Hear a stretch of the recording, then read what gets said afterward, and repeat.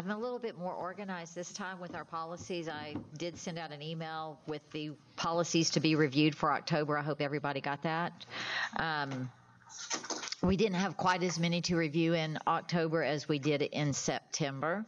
The only one that there was a little bit of discussion about that was still left open was the school district goals and objectives, and we can come to that at the end. But I don't know if anybody wanted to, I did look over some. I did have some comments and suggested edits for the policies to be reviewed in October. I did send out a comment sheet. If anybody wants to jump in there, we can start with the 3.100 support services and goals. I don't know if anybody has anything that they had as comments or suggested edits on that one. I did not. Tucker? Just to clarify, just like the ones that will go back to the end, are these the same goals that they were in 2004? I guess that's when I think the policy was adopted. Yeah, in 2004. You know, that's what we're going by. Is because that's what the date was on in the book. Now, you know I'm going by what Sherry gave me. There were a couple of them that, like community use of school facilities, that issue date was 17. So all of the other ones, I put the issue date that was written on the ones that Sherry gave me. So yes. All right. And also just kind of reading over it, there was no mention of any kind of technology or vocational kind of education in it, which I kind of thought maybe with the shifting focus of our school system that might be something we need to add.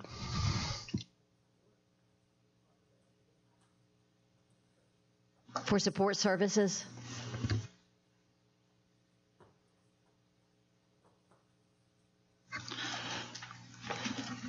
You at 3100? 3.1, yeah. 3.100, yes.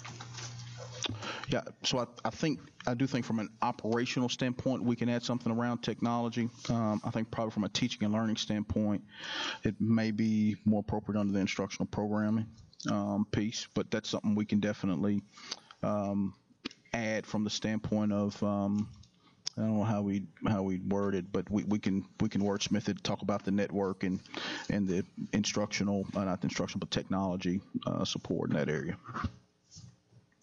So I will note that possibly add technology. Yeah, however. The use of technology. Yeah, however that fits in there, I just think. Yeah. So I think infrastructure. Yeah.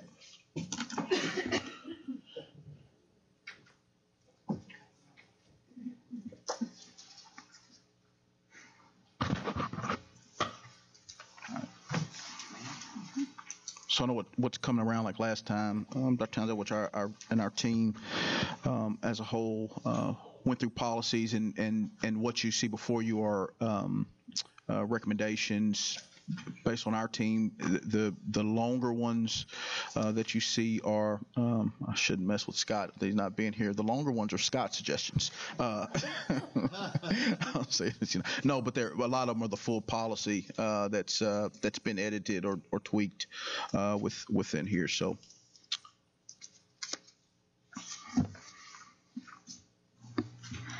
The next one, 3.200, and I have a question. Who is the assistant superintendent for auxiliary services? So our suggestion is going to be that be changed to chief operations officer. Okay. That answers my question. And that's in a couple of places, reflected in Okay. a couple of places. I was noticing as I was reading the policies, going over them, that some of the of our language is outdated, and we needed to make it the same throughout our policy, and that was one of them. Ms. Lynn? Yes. this is just a suggestion. Let me throw this out for discussion. Where we have changed roles and titles, like for instance, in that particular one, I think we should just allow Dr. Johnson and Dr. Towns-Edwards to go ahead and reword that to include the appropriate people. We don't need to discuss each one of those individually. If it's a slight role change the way he set it up, let them go ahead and change that, and we don't need to belabor it. I would think that's just my suggestion. I agree. If that's appropriate, I agree with that as well. Sorry, I know I'm all over the place here.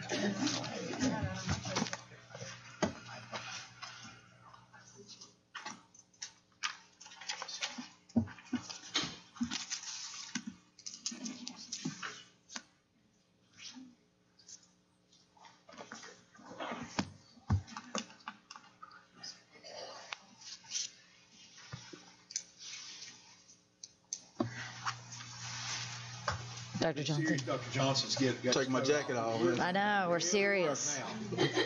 Don't keep up. I'm good. When he rolls up the sleeve. I agree with you of adding consultation with local law enforcement and first responders to update safety procedures. I think that definitely needs to be added. I also had on line 1 and 2, and I have a question. Another question. Do you want to be referred to as director of schools or superintendent? Well, the state of Tennessee is the only state that says director of schools. Everybody else says superintendent. Okay. And in fact, the state organization is Tennessee Organization of School Superintendents. Okay. So it doesn't matter. Well, because it's our policy book says director of schools or some of the policies, and I'm just going. So I don't know. I'm sure Scott might have an opinion on this, but in statute, it references director of schools. So we've tried to stay in line in board policy, since a lot of times we do the TCA reference with the director of schools. Okay. And as you said, the statute has changed the official qualifications, which Dr. Johnson is eminently well qualified to be a superintendent, but as a director of school, all it requires is a bachelor's degree. Okay. But I mean, he's eminently well qualified from the old method, but of doing it with a master's and a doctorate. But under the director, that's am I correct, Ms. Dr. Towns-Edwards? I'm not sure in terms of defining the requirements of the director of schools. I've read it. I'm pretty sure. Yes. I defer to you. But thank you. Dr. Johnson, did you have anything else to add to that, please? No, not at all. Kathy. Yes. On line 26 of that policy, it says all school buildings will be inspected periodically. Dr. Bradshaw, do you know if that is happening? Because, I mean, since I've been in this position, you know, I've been in a number of my schools, and some of the problems have been, 1 or 2 year old problems that the principals told me about. And I know it says on 16 that these are responsibilities of building principals. Are we training our new principals and maybe going back with our old principals and kind of walking them through the steps, because it seems like we are moving in that direction.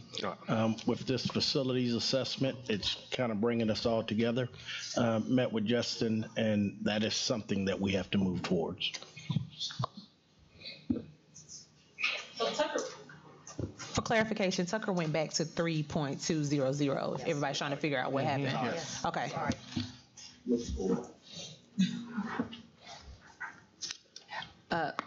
We're on 3.201, correct, still? Now we're on 3.201. Okay, well, I wasn't sure which one of these to bring this up under, but about the flashing lights at schools, that goes under safety, I guess, would be the one. I think that Saudi Elementary is the only school that doesn't have a flashing light.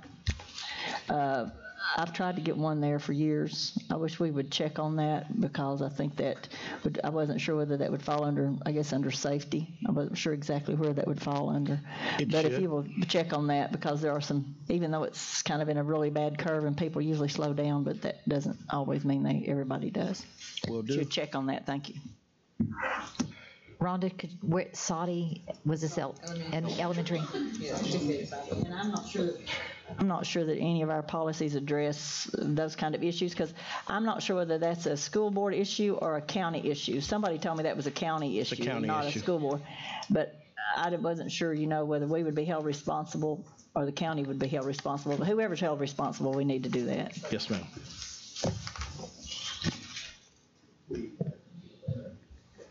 If we let I'm sorry. Go ahead, Steve. I'm sorry. if we let the county be aware of it, we give them a letter, then we're putting the responsibility on them and requesting them to do it. They have to do it. We can't do it.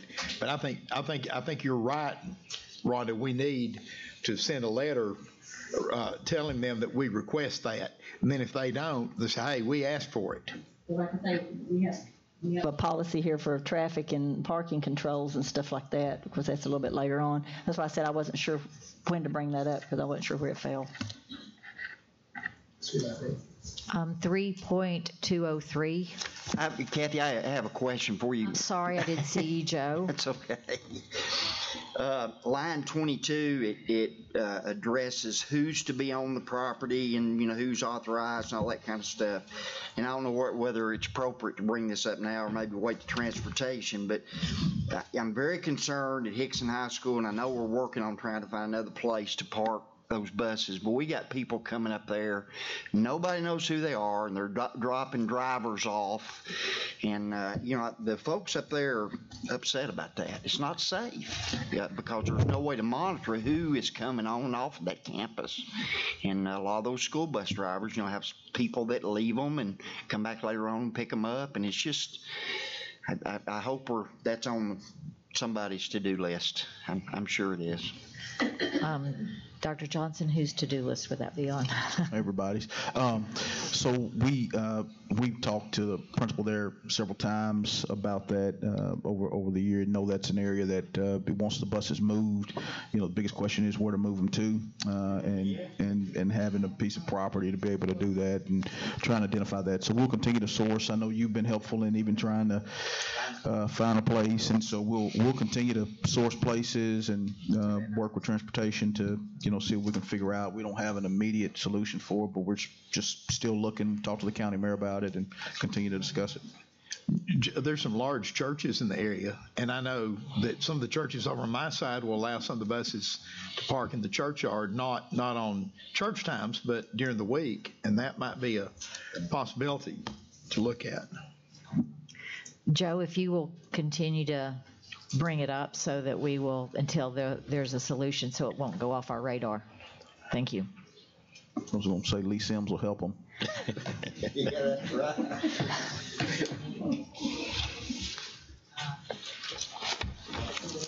Anything else about 3.201, Tucker?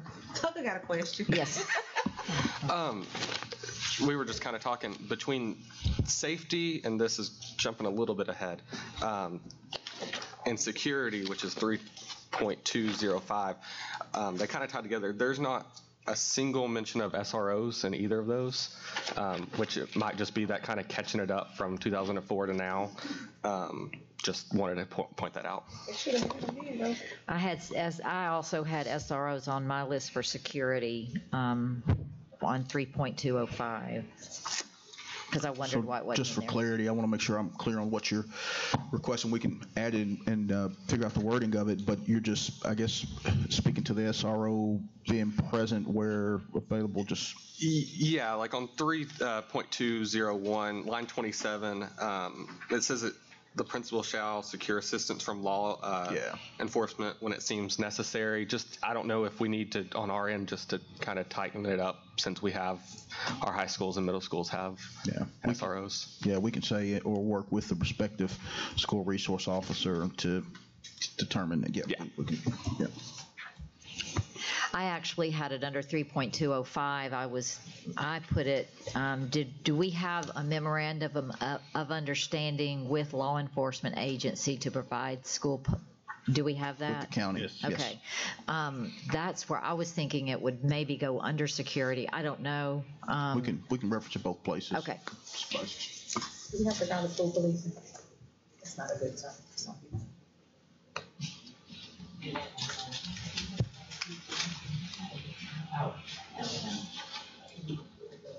Where are you? I was asking Kathy, like, instead of saying school policing, school policing can become controversial. And so I think you want to be careful in stating school policing, because if the school resource officers are there to help the children feel safe, and or we know things arise, but school policing in certain communities does not give a positive light. And so finding the correct terminology to state what we're trying to say, but not use the word policing, was just a request I would have. Definitely. Anybody else? 3.206, community use of school facilities. So I will point you, there are some recommendations or some suggestions or points of reflection within there. 3.206. I'm sorry, did we skip 202, 203? Yeah. We talked about 205, but we hadn't talked about 202. Yeah, we jumped all over the place, didn't we? 202 is emergency preparedness plan. Recommendation to line 14, add requirements for active shooter drills annually. So, I think for clarification, the reason why it's so important is because historically, it's always been fire drills. And I forget what the data is, but it's been like since 1950 or 60. It's been a lot of years since that's been, but schools have continued with that drill or those drills and, just shifting to what is the most pertinent safety risk and identifying that as a requirement. One quick thing, because it's up in my area. I know we have evacuation routes, and I just want to be sure that all parents know where the evacuation routes are for Sequoia, because Sequoia is so close to Daisy and Sequoia, and so did Daisy High School. And also, do we have hurricane drills still and tornado drills? Do all of those need to be incorporated in that? It's all mentioned. Okay. Yes, that's all mentioned in the policy. Okay, but I didn't know whether they were all annually or just annually. Annually. Just all annually. Yeah. Okay, because I thought they did it a lot more often than that. But anyway, but that's the only thing about up in my area. But that wouldn't pertain to everybody. Yeah. So we send, and I know that Tim Harper, we just recently signed the letters home about the Sequoia evacuation, and just do that every year. And have done it that way every year. We did have some talk this year about the potential of sending that letter electronically, but we decided against it just to give parents something concrete this year to have. So we'll continue that practice.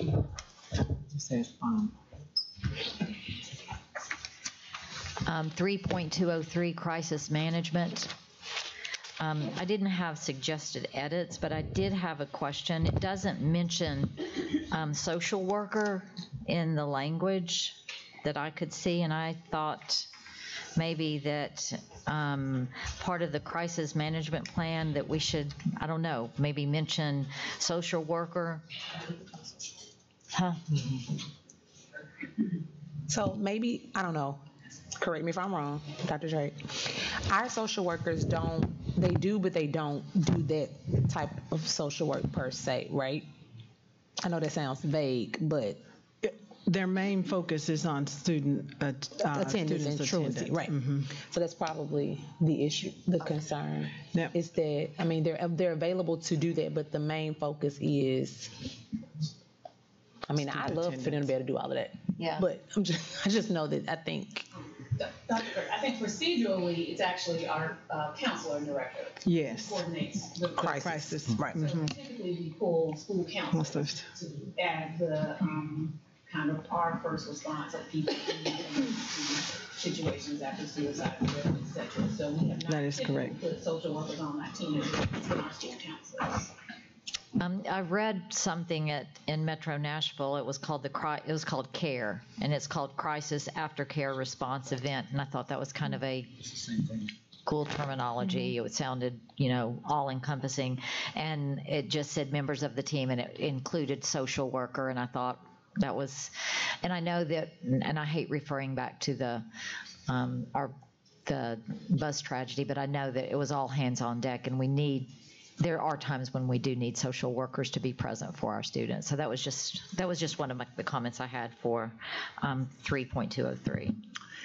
Dr. Johnson, in relation to that, the social workers that we hired, are they for truancy or for do we hire guidance counselors? We hired 7 new ones, right? Counselors. They were counselors. Okay, Correct. Counselors. And so our ratio is still well above the national average, but it did bring us a little bit closer.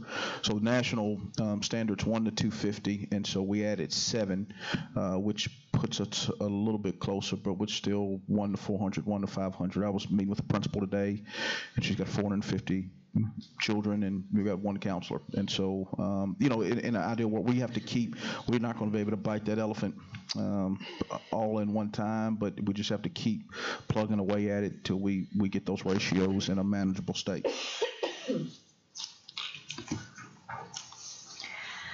So we've covered 3.205 because I know we jumped ahead.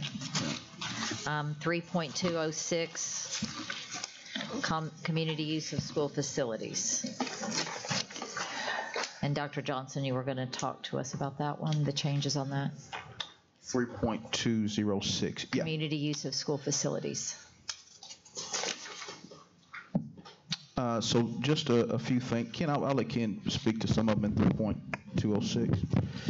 Yeah, we had a few recommendations. One, pets, when we allow outside organizations to use the facility, just to be cognizant of pets and clean up behind the pets. Line 6, faculty members should be compensated. The policy states that if an outside organization has access to the building, a faculty member has to be present. So that's just a thought, because they don't get paid when they have to open the building for all of these organizations. The last is just memorial service versus funeral, utilizing our facilities. I would like to speak to that last one. That happened in our school, one of my schools last year. I think we just need to spell out that we can be used for a memorial service, but not a funeral. Yes, we need to be clear. So maybe we just need to strike the word funeral there and just put memorial service. Okay. And I think that just clears up a lot of issues, because it was an issue last year, and it almost became a crisis, but it got handled. But I think we need to clear that up, to kind of clarify what's allowed and what's not. To that end, I think that the language currently says that we don't approve funerals. So we're asking about specifics. Is what makes it a funeral? The presence of the deceased. Yeah. So, right. So it's okay if it's cremation, like if I have ashes, but not a body. Well, I think, I'm asking. People will get into the very deep. Well, I think the concern last year, Dr. Johnson, you can speak to that, and maybe Ms. Thurman too. The concern was violating health standards and codes there, right? Well, that, and also that was the biggest. That was the biggest and issue. And then getting the body in and getting the body out, and then too, and just a concern for all of the students. The students just did not want that to happen, because they said they would never be able to come back to school again. How some people have those kind of issues. So I think it's a concern for the students as well. So I just say, I guess you would just almost have to say neither one in that case. Strictly a memorial. Residue. I think memorials. I would say memorial service. No remains. Of any sorts. Right. I think just a memorial service. Dr. Highlander? Yes, ma'am. I have a question I wanted to bring up to this group. Some of you may be aware of the very confrontational issue between the county commission and the citizens in Ooltewah with the sewer plant. And I went last week to the meeting, and the Snow Hill Fire Hall, which holds about 150, had 500 there. And I've had some people approach me about wanting to meet for a discussion in the school. Now, they've got a meeting planned at the Harrison-Ruritan Club, which will hold less than the fire hall did. And so I've been asked to request this body to allow them to meet at one of our schools without a cost, because they're not a fundraising body. They're a community involvement group. And I spoke to the issue that I'm concerned that if they put that in, the release of sewer gases less than half a mile from one school and just a little over a mile from another as the crow flies would possibly impair the health of roughly 2,000 students on any given school day. And I said, that's something we need to look into.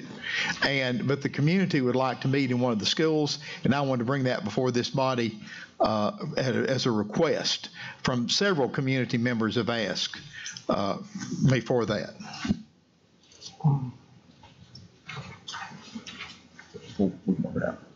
We'll work with Mr. King. I've had some dialogue with Mayor Coppinger. He's called and asked that same question. So we'll work with Mr. King on that and figure out a plan to. And actually, this is the community themselves. They're not wanting to work with the WWPA. They're wanting wastewater WWTA. They're wanting to meet as a community group to discuss their alternatives. So, and they don't want, it got almost violent in Snow Hill with those groups, and we're not wanting violence, we're wanting discussion only. And if they come, I'm afraid it would get out of hand. And so my recommendation is to let them have a place to meet without any confrontational issues, just to discuss plans of action. And I imagine that would be an administrative matter. I've been reading over this, and there seems to be a little leeway, but we'll work with Mayor Coppinger. We talked late last week, so we'll work with Mr. King.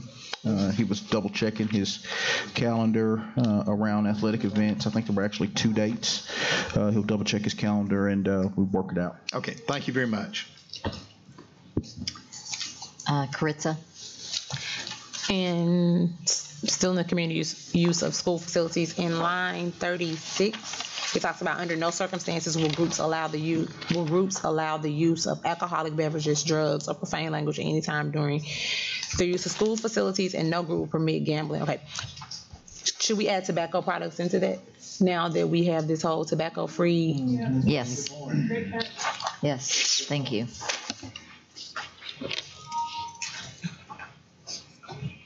I know that Mega Millions was coming up. What's that?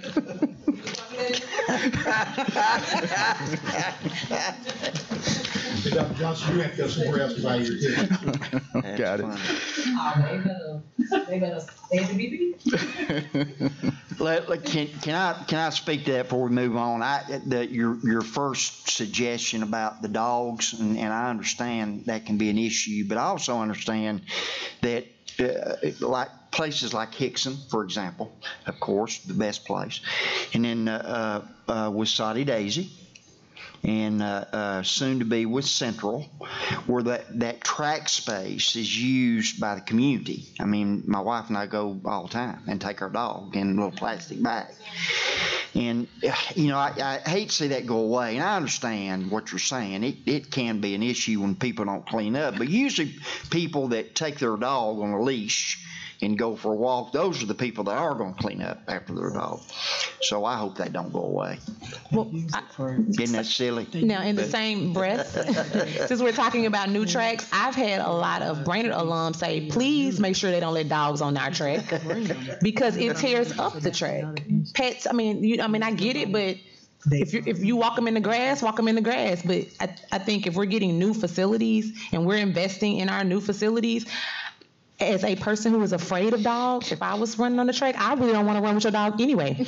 But on the flip side of that, if I was a dog lover, I still would be thinking about the money that we have invested as a county for this new facility. And so out of respect for that and for the children who are supposed to be running on it, for competition purposes and to put profit back into our system, I don't see This actually makes me notice that this outdoor facility is just people being able to use the facility. It's focused on the elementary schools, and we don't actually say in this policy that you can use a high school track, that you can be on campus. So I don't think I saw another policy that covered that, but while we're discussing it, everything else is about an outside group organized using the facility. So, and I think think historically people just use it. I mean, it does become like a community resource, right? I just think that with everything else, like if you can't smoke there, then if there are no pets allowed on the track, then there are no pets allowed on the track. Now, in the grand scheme of things, is anybody out there monitoring that? Probably not. So it's kind of like a good faith request. But I mean, for me, I'm just not fond of pets being everywhere. I don't like to be in a grocery store with your pet. I mean, there's certain places that it's just at some point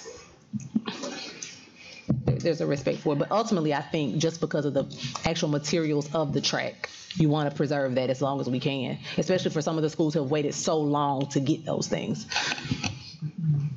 Go ahead, Steve. Rhonda or me, either one. I will say, I've talked to engineers about the track, and one thing, they're going to have a zigzag entrance. Of course, that wouldn't stop a dog, but they want no wheel vehicles on it. They said even baby carts, little tricycles, all that will cut the life of that track from 15 years to 10. And they said the use of dogs on there will cut it from 15 to 10. Now, everyone is not as responsible as my friend Mr. Smith. I have stepped in poop on dog tracks many times. I mean, everyone. Well, let's move on. Not a hill I want to die on. I can see I'm outnumbered. Ms. Thurman? Yes, I was just going to suggest that we put maybe a sign up, asking people not to do that. Not that they won't still do it, but if they do, at least somebody can say, hey, listen, you're not supposed to have your dog out here or your bicycle or whatever. We need to put signs up to tell people that, because I think a lot of people don't know that. And also with the dogs, I have seen situations where people's dogs who never bite get in fights. Mm-hmm. And somebody's little dog, like I have a little Yorkie that somebody can have if they would like to have it. But anyway, it was not mine, but I inherited it. But anyway, I've seen big dogs that could kill a little dog like that. I mean, some of these dogs are $500 dogs. I mean, do we want to get in a situation where we're going to have to be in a lawsuit over somebody's dog getting hurt on our property? I mean, that sounds ridiculous, but I've seen more ridiculous things happen.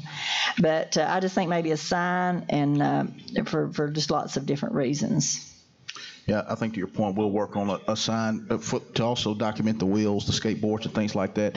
And I didn't make sure I catch yours. I think the elementary recommendation of the elementary strike, and we just say of any school, and just strike the elementary. And because most of the time the playground is the area, which is probably why it was elementary. But I think it's a good point in regards to just striking it. Any other discussion about 3.206? I guess hold on a minute. I think he just made another point about the facilities.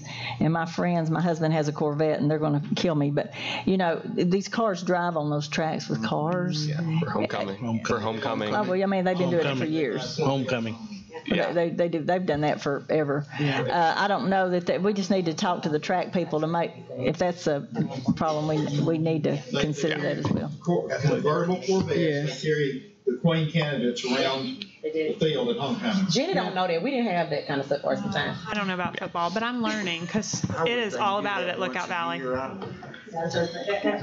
May not be a problem, but if we say no wheels and then we do that, then we're going to have to make a stipulation. We have to differentiate between those. Yeah, I just didn't know if we needed to clarify that, because we did that when I was in high school.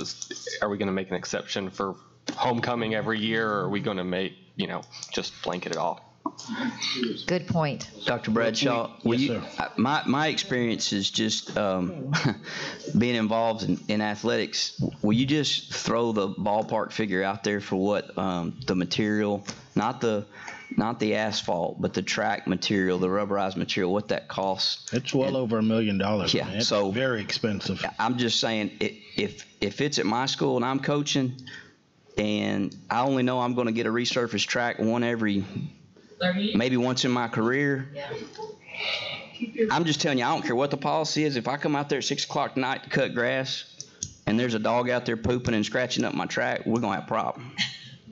I mean, I'm just saying. I mean, that's just the way it is. And if we're having homecoming and the juniors decide they want to come in on four-wheelers, and I've seen that happen, or they're big, souped up F-150 trucks, we're going to have a problem, because it's not worth it. It's just not worth it. That you're talking about one night like that taking 2 years worth of life off a track, and we just don't have the money to do those things. So, not being Debbie Downer, but I just thought I'd interject that, because it's I mean, I was at Tyner High School, again, where I graduated from. That place hadn't had a new track surface since before I was in school there. And they, when I was there, it was. and they can't. That was on those ash cinders that Jesse, yeah. But anyway, I just want to throw that out there. I just don't think people understand what a track surface costs, and it's a very, very, very big deal. It's a big Agree, deal. and it's taken us, how long has it taken us to get the new tracks that we've gotten? That's right. So are we in agreement, Ken, you're going to work on the signs to be able to, yes, Justin, I'm sorry. Just don't want us to step in anything. Okay. No pun intended. So Hugh Enix, Red Bank High School, best track in the county. Hugh Enix, the track coach, took care of it better than anyone. Resurfaced it multiple times. Colonel Enix, very much okay with one time a year, 72 Corvette driving 2 miles per hour around the track. What he was more concerned about is every Friday night for a football game and 200 guys running from here to there across the track and people not putting mats down or players not staying within. So people are going to take care of them. I just don't want to get to a point of us saying, like, you can't have cars on the track, when really the bigger issues are the Friday night football games and players staying on the grass, running across on the mats, and things like that. Yeah. So I think one of the it's a good point. I think let's defer to Brad Jackson to work with athletic directors, and we can create some real clear procedures around what to do. Not to let them do it before, but I'm just saying, if we make a blanket policy, I don't want somebody to say, you let them do it, you didn't let us. I don't know. Right, yeah. Just make it some clarification. Because a Corvette for homecoming is different. We believe the principals can pretty much manage that. Even though it's one time a year, it does cause wear and tear, but they do a pretty good job of managing that. I can say the daily gators that they drive across that track needs to have a mat over it too. Those gators go over the same spot on that track every day for every football practice, carrying water and whatever the team needs. So maybe, sir, you and Brad can work with them on preventative measures for daily use as well. This is only for some schools anyway, because I know, like, at Brainerd, the track and football are separate. I mean, so they can ride around all they want to on the football field, because it's not, which I don't think Coach Ward would like that still, but I mean, but I know he's okay with it, but because the track is separate. But I mean, and I'm sure there are other schools that are like that too, but those that are combined. I just want us to be cautious of the resources, because they've waited a long time for these tracks. Any other discussion? Yeah, about the facilities again. Now that we're having community schools, do we need to update any of this, since we're using the schools for so many other things than after school hours and things like that? I don't know that we need to incorporate anything else. I don't know if they just have to live by the same rules or. Yeah. Or. So I think that first, I'm looking at the first line of the outdoor. Doesn't that fit, like some of that fit under regular school activity? Because some of the after school is still school sponsored. Yeah. And then the other would fall under, you see what I'm saying? Yeah. Like I know right now, like the after school program that they're doing at Dalewood and Brainerd and Archer Knob, it's still facilitated by John and Melissa and the school staff, and I mean it's still a school. Well, I'm talking about the community school, like at Red Bank High School. You know what I'm talking about, Justin? That kind of thing is what I'm talking about. Okay. Yeah. I don't know that anything needs to change. You've been there. I don't know. We always had a faculty member that was present. Now, I know there's been a little bit changed. I would need to confirm that, but I think it's a good point to bring up that if we're promoting community schools, may need to be addressed here. But she's right. We're trying to bring in Northside Neighborhood House to Hickson Middle to start another one there. So that group does a lot of stuff. Oh yeah, it's wonderful. With the church up there, and I mean they're. Yeah. And it may be as it may be as simple as creating another heading that says community schools, and then saying something very similar to. Well, are we talking about even medical stuff at schools now and all that kind of stuff? I just, like I say, I just don't know. So that means we get to create a community schools policy. I'm just saying. It's something to think about, because that way it's under its own umbrella. It has its own number, and everything's right there. I don't know. In my opinion, the first line under community, this is as a principal what I always use, where it says may be adopted by each principal. School facilities may be used by the public for charitable, civic, recreational, cultural, and other purposes when not in use for school purposes. So the Saturday medical clinics to me is a civic and a charitable purpose. So as a principal, that's what I always ran with. What do you know what the church pays to use Hickson Metal? Do you have any idea, or are we charging? Each church pays different amount. We can find out. We can find out Rock for you. Bridge, I think it's called Rock Bridge, and they're active. I mean, they take up a lot of that building on Sunday mornings.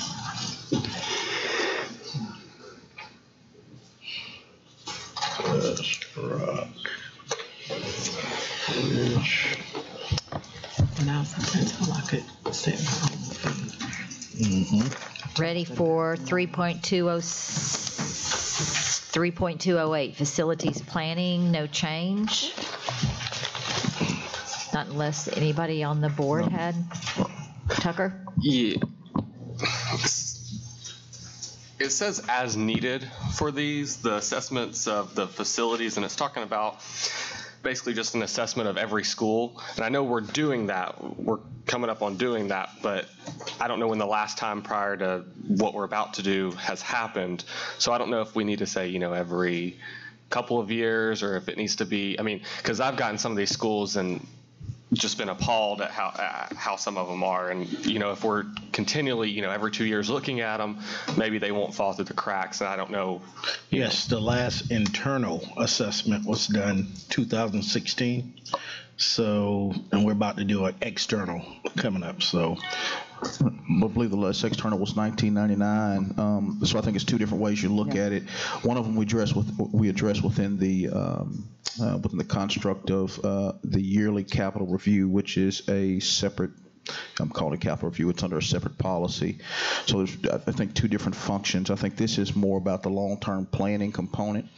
So, I would almost caution to say, leave it on an as-needed basis and come back and revisit it on a yearly basis, and then that way you can plan, because hopefully, once we have this long-term capital plan, like you don't have to come back and do that in 2 or 3 years. That's not every. Yeah, that's what I was going to say. With all the new schools, there's no sense in doing that every year. And if you put that in a policy, you have to do even the new schools every year, and like you say, as needed, I think is.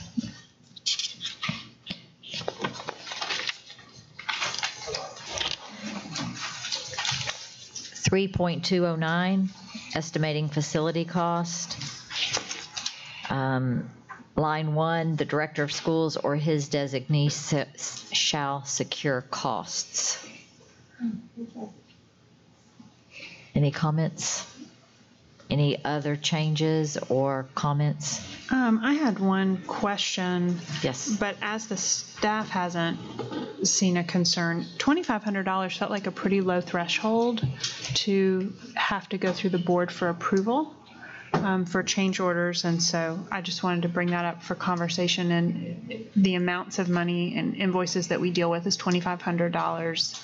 An appropriate amount. I thought we moved that. Didn't we move that this past year? It seemed like I remember we moved that to 5,000. I thought it was, I did too. Yeah, we moved that. It's been several months ago.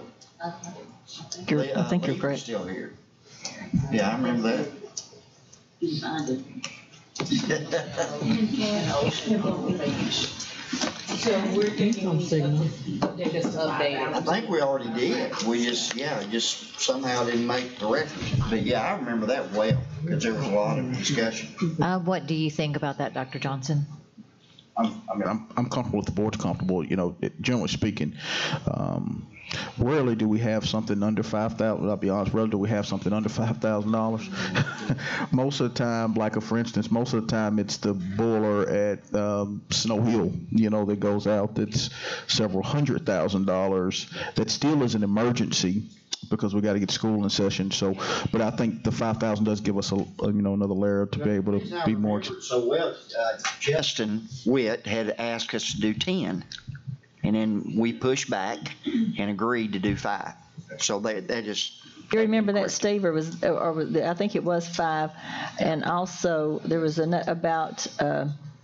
That we didn't have. They didn't have to come back and get bids. I think that's the other thing I was thinking of. Yeah, that we moved that to 5 or something like that. Yeah, but I don't know. I guess bids and this were 2 different things, but I still think I remember that.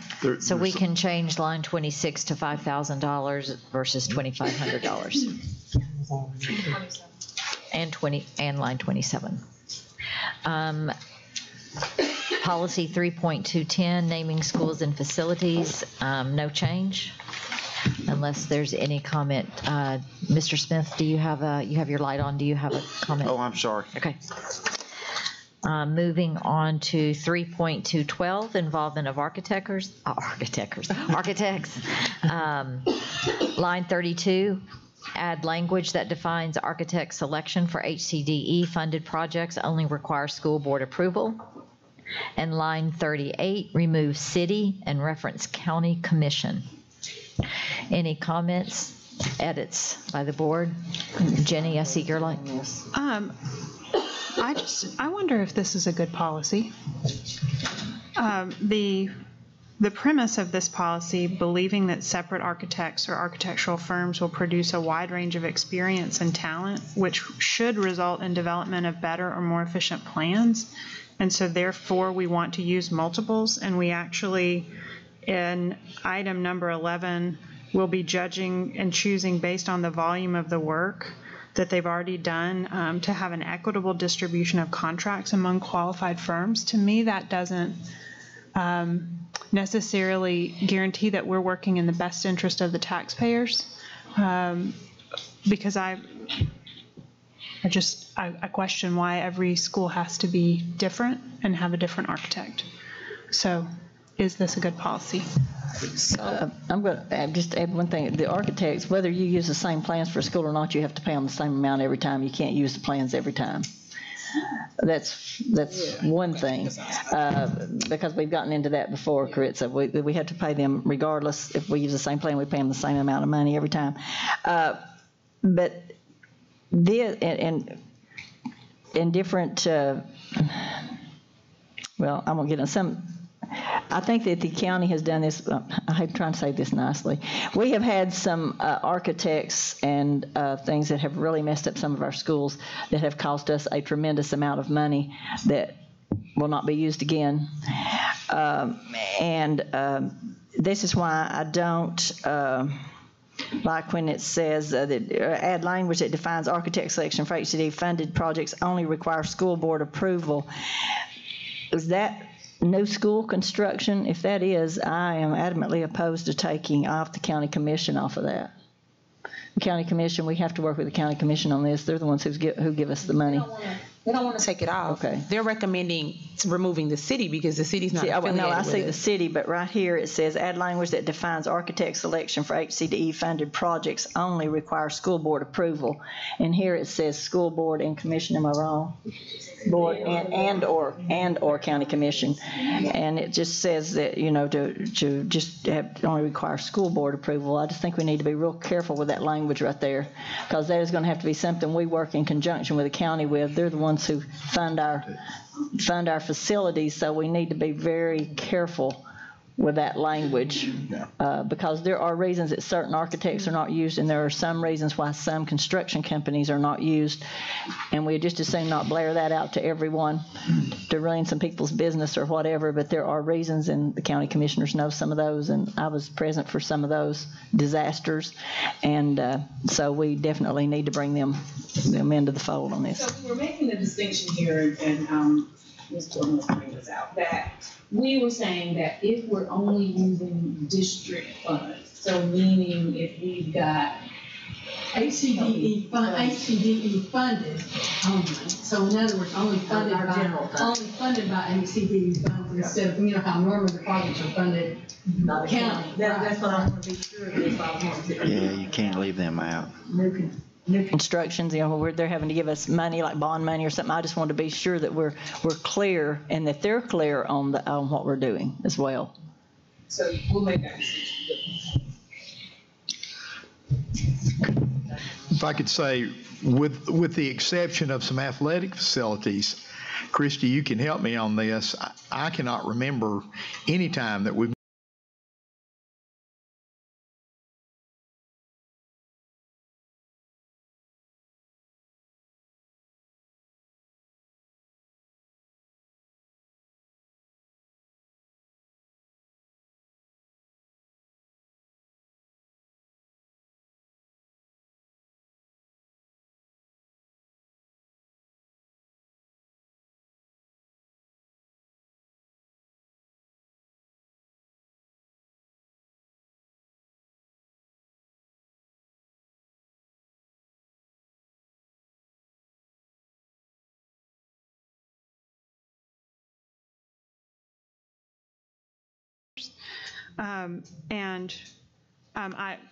I understand what you're saying, Rhonda, about the county commission being involved in approving the projects. But again, I will ask the board, do we believe lines 1 through 3 of this?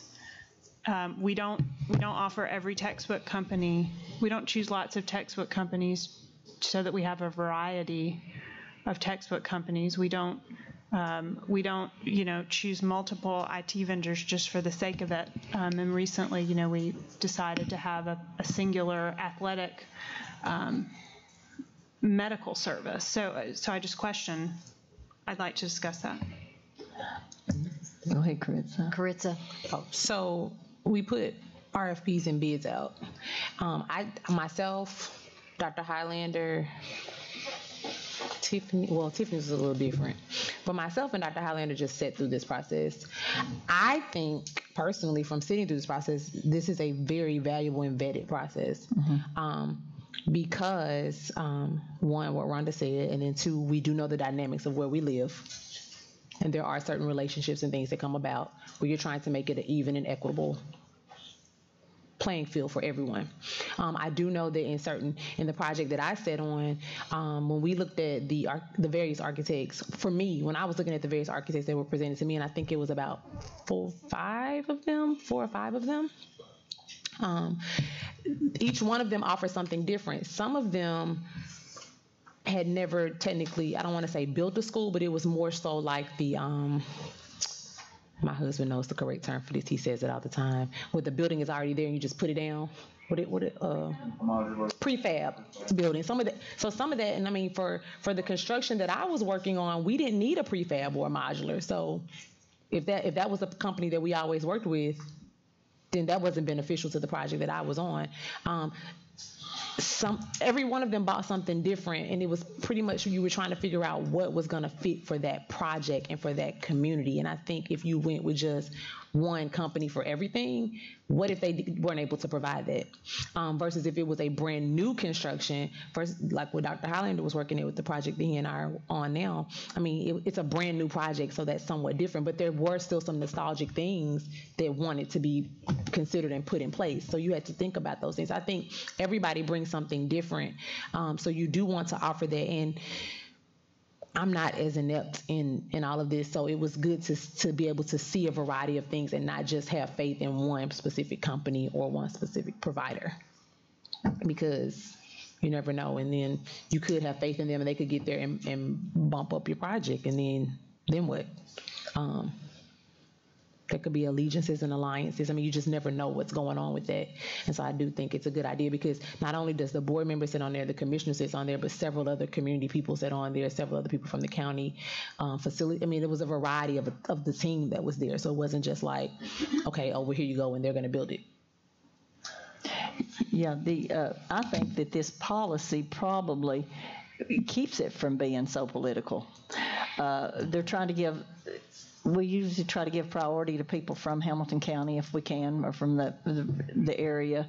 And like Caritza said, it's a very complicated process. You get to suggest like 5. They give you a list of all the people that want to bid on the job, and then you pick the ones off of there that you want, just like you choose, what, 3 or 4 or 5, or like it's five. It was more than that you were actually given initiative. Yeah, and so you voted, and then you narrow it down, and then the county commissioner works with you, and then they narrow it, your commissioner, you narrow it down, and then you meet with them, and they all present their, I mean, it's a very complicated process. And so I've done it a few times, thank goodness, up in my district, because we've got a lot of new schools. But it's a very in-depth process. But I think by going to different things, you get a lot of different ideas, and it keeps it from being so political. Because if you just had 1 or 2, I mean, they could jack the price up if they were just going to use 1 or 2. But this way, you get a big variety.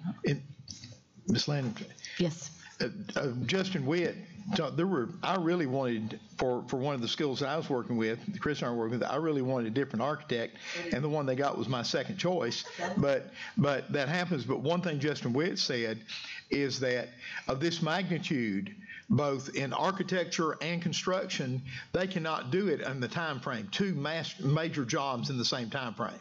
And that made me think, and so the one that I really wanted, I thought was best, I personally went to another major project.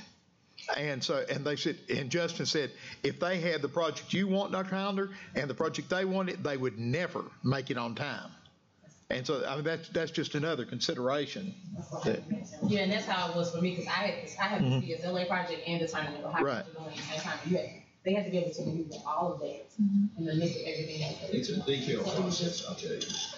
It was. I think. I mean, I think maybe the verbiage gives you that inclination, but actually having gone through the process, I actually felt like it was less good that way. But I mean, still pleasure the Bible. So the county also has policy around this process as well, which is very which is pretty tight, and it speaks specifically to how the process is to work. I do think, just in looking at line 11, and looking at, maybe the verbs of the first 3, I don't know that it really captures the spirit of the process. So to maybe speak just a touch more intimately to a couple of the projects, for instance, some of the architectural firms haven't done the scope of work of maybe building a new school. Some of them specialize in renovations or additions, and so when we get to those, you try to do that. So, for instance, one of the additions that was awarded based on the fact that he had built a previous one just like it, an addition just like it, and so. Each project kind of has its nuance, and trying to look historically at it and understand the building and the context, and obviously the recommendations that come forth. But I do think within lines 1, 2, and 3, and even looking at line 11,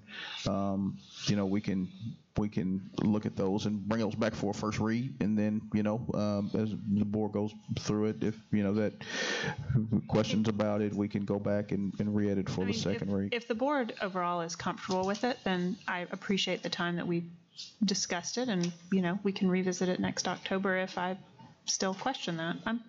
We don't need to just change it just for the sake of changing it. I'm okay with that. I did want to make one comment that I think might be relevant, and Dr. Bradshaw helped me with this. As we go through the facilities planning process once the RFP is back, I do think that there may be something to add around minimum building specs and standardization of buildings. Like we I think are somewhat unusual in that every school is like, oh, it's a new template. And from an operations management, the more different we are, the tougher it is to manage each one of the buildings. And so if we're going to be in a building phase, more new construction phase, I do think there's an opportunity for us to have more standardization around what our schools look like that really help us minimize some of the costs and all of everything that comes with customizing. But I would say that the architects enjoy being creative, and they want to add a flavor to all of their schools, but it does make it challenging for Justin and his team to provide maintenance. So having a standard does help. I understand where you're coming from, and those of you who are aware of Hickson High School, Littlewell High School, the round schools that were built at one time, and you may or may not be aware, federal government funded about 30% of that. Because that round school concept was something several years ago that they wanted to do. But talking to Justin about that and the plans, and we have done that somewhat. I mean, you look at East Brainerd, you look at the new Harrison, we've done that somewhat. But, and I talked to Justin about this, and he could correct me if I'm wrong, but the topographical area has a great deal to do with the design of the building. And so, I mean, while Dr. Nakia, I agree with your, in theory, but yet sometimes we have to look at things that cannot be. And pretty much we've done a lot of the similar ones. Yeah. So I think to your point, thinking about the East Hamilton project, it's very tight. It's in a very tight piece of land just because of where it is, and so it's going to be tight, and Justin's going through it obviously with that community. But to the point, where we can standardize, I think continuing to become more efficient in that way, then also being sensitive to what we have as far as the land and what that terrain looks like. Any more comments? Just a few. We need to look at the cost. Some of these schools, even our new schools, are very, very inefficient. I can think of some right off the top of my head that are very inefficient because of the way they were built.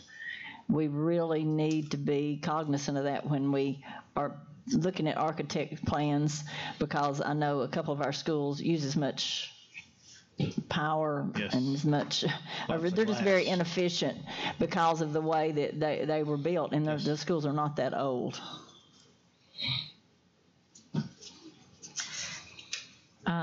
Policy number 3.300, equipment and supplies management, no change. Does anybody from the board have any comment on that one? 3.3001, use of cellular phones, no change. Does anybody on the board have any comments, change on that one? 3.301, equipment and tools, use, no change. This use of cell phones. I think this is one that we need to get a whole lot more input from principals, because we do not know. I know at one time there were situations where principals did not allow them to use any phones in the school, and then we got to where kids were using them to do their work on, and then we had some information from SRO officers that didn't want them to be able to use them because drug deals could go down if they could tell you where the SRO officer was and where the principal was, and kids were using them in school for that kind of reason. I think this is one that we as a board don't know the situation on the ground, and we need to get a lot more input from the principals on this, and SROs as well. Yeah, so I think this is about employees. Good feedback. But I couldn't. Where is the policy on? I couldn't find it. On student cell phone, it's probably under instruction student. Yeah, we don't have to review that one yet. But that will be coming. I promise you that'll be coming. And I'll tell you something else. The code of acceptable behavior, I think, to the point, we need to get. Well, I don't want to get too far in front, but I agree with you. We need to get some input, and we need to get. It's one that we really need to look at because it's something that is going on now, and there are problems now. They get parents calling all the time. All the time. Cell phones are taken, and also we have some faculty members that use their phone during school hours for personal stuff, and I think that's something else we need to maybe address. Where is that policy? Are you trying to find it? It's under student. Because I looked everywhere, I couldn't find it. It should be under student, I think, is where it is. I couldn't find it. It's under 6 point something. Yeah, it's under, but we can go on to, and we will review that one, Mr. Smith. 3.301, equipment and tools use, there was no change in that one. 3.400, the student. I had a question about 3.301. Yes. We say here in lines 18 that nobody can use, prior we say no one can use these except HCDE. We can't, PTA can't use them, et cetera. But then we say, well, but it doesn't prohibit other branches of government from using them or other recognized groups such as sports or band boosters.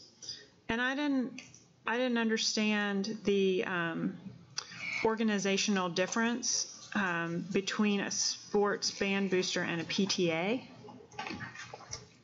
There must be something very specific there. Why? So line 20 specifically says other recognized groups such as sports or band boosters can use our tools, our lifts, our whatever. Tell me your lines again. Line 20? Yep. So lines 9 and 10 speak to individual use or group for personal gain of property. And then line 13. But it's referring to, and it shouldn't be. So I think scaffolds, ladders, platforms, and then motor operated equipment and tools. So it's right. It says nobody can use that. Yeah. All those people cannot. And then it says, but the county government, municipal government may, Parks and Rec may, or other groups such as sports or band boosters. Yeah, we need to clarify what they can and cannot use. Well, it could be because at one time the sports boosters had bought like gators or things like that, or even mowing equipment or things like that. They purchased it. It still became the property of the school, but the sport booster or the band that was actually maybe doing the mowing or the whatever, they had purchased it. So that could be what generated this. The booster clubs that support the band and athletic programs, oftentimes they want to cut the grass and utilize the equipment, so sometimes we make exceptions for that. And they're familiar with the equipment in support of the program. And Craig, I know in my experience through the years, quite often they have actually raised the funds to purchase it for the county. As she said, I was going to say that's the norm that they raise the money. Do we need to make a change in the policy for that?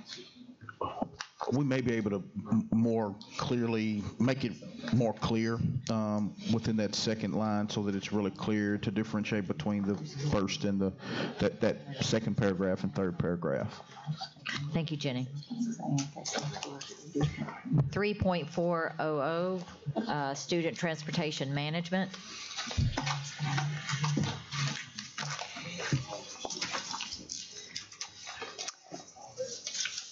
Adopt recommendation from Attorney Scott Bennett. If you all want to take a moment to read that. For the rest of the evening. He addressed some things that I had some concern about, and transportation is it's kind of like being 65 and having high blood pressure. It can be the silent killer. And I'm telling you, we got some transportation issues, in my opinion. And I spent a lot of time at all of my schools, and at one particular school, I volunteer once a week, and I'm a bus monitor. And I watch some of these buses, and Dr. Bradshaw, I've told you this before, we're getting 2 and 3 kids on these buses, and then other buses are standing in the aisle. And then And he addresses some of that in here. In the second paragraph, line 5 and 6, where it says deleting or establishing new bus routes is the responsibility of the board. No way should that be in there. And Scott took care of that. That's one of the recommendations he makes, because it absolutely shouldn't be our responsibility. But I got to tell you, and you sent this out the other day, Kathy, of what we were going to discuss tonight, I purposely went to Jerry Green, sitting right back there behind you, and invited him to come. Because I think that we've got resources across the county. I mean, Jerry's been driving a bus. He took Moses to school, for crying out loud. And these guys are the experts. They're the experts. And I think we're missing a heck of an opportunity to get some things straightened out. If we're not calling them to the table, help us, guys, help us. And but this transportation thing to me is just it really troubles me. Now, one thing that Scott didn't address here that I want to get into just a little bit, lines really 27 and 28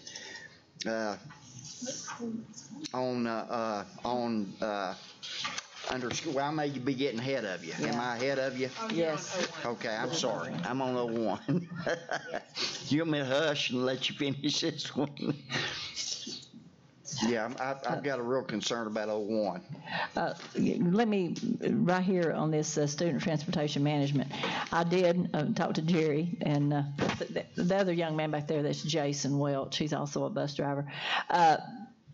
But one of the things that they asked, and they said it used to be a policy, but I think when the schools merged, it got taken out, about the bus drivers need a list of all students on their bus and their addresses to make sure, especially the younger kids, like if they don't get off the bus, then they can know where they live instead of having to panic and think, well, maybe the kids don't know their address. They think they live in a White House with black shutters or something, and they don't really know where they live.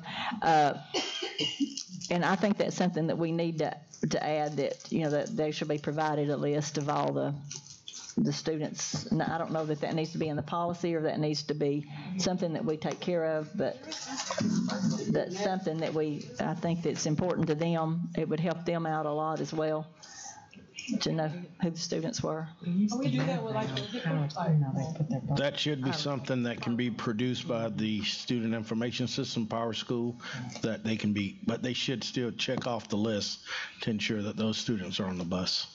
But that can be provided. Well, right now they don't have a list, so they don't have one to check anyway. But I mean, I think they're just, just to get to know their names and that sort of thing. And then if say the office calls and say, hey, you forgot to pick up Johnny Smith on this, so listen, Johnny Smith don't ride my bus. He must be on somebody else's bus, just so they can, be clear about who's on their bus and where they live. Yeah, I think we can provide a roster and the stop that they're assigned to. I do think if you get into personal address information, that's not, but at the very least, you should be able to provide correct the stop. Because their address becomes like perfect. Correct. Well, we kind of had that issue, if you remember, here a month or two ago, where the parent came in and her child had been dropped at the wrong place, and they're hunting everywhere. So yeah. Line 10, where it talks about the report that's done on or before November 1st, what does that report look like, or what does it entail?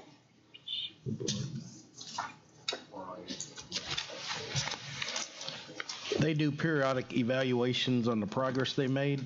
So by that date, we should be having a meeting with Durham to find out exactly what adjustments need to be made, and with the contractors. Typically, they meet with Durham right now at least every week, every Friday, but we have to improve meeting with the contract drivers next. Okay. So that should provide some information to help you look at routing and that is correct. Combining routes, deleting routes you don't need, and because I would think before you're going to be in any position to put out a RFP, that's going to really have to be looked at carefully, or people don't know what they're really bidding on, or what our needs really are. That's correct. We are also considering working with a consultant to help us really put together that RFP so that we can drill down to many of the issues. Your consultant's right back there, yes, Dr. Bradshaw. I mean, I would sure. In addition to, yeah, guys that's been doing it for Jerry 40 years. And I know there's others that's been around as long as he has, and I just feel like there's your consultant. Yes, sir. I have a suggestion, since looking at 3.400, 3.401, 3.402, all dealing with transportation on our school buses. I just delved into them. I think and I could tell that I was glad to see Scott Bennett did too.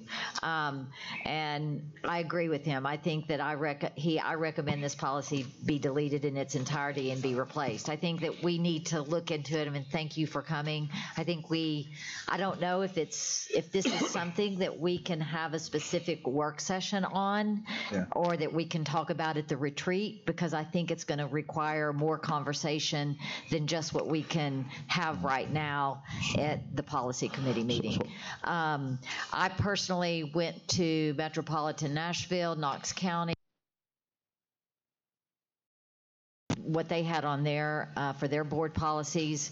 I found awesome information from each of their, or 3.400, 3.401, and 3.402.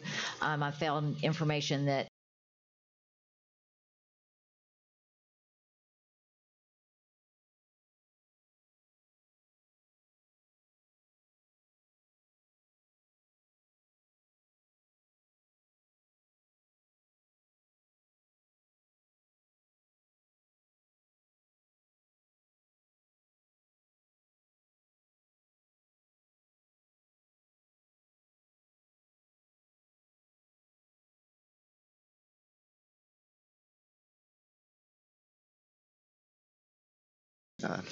So it's going to take a lot of discussion, and you may be right to have a separate meeting for that.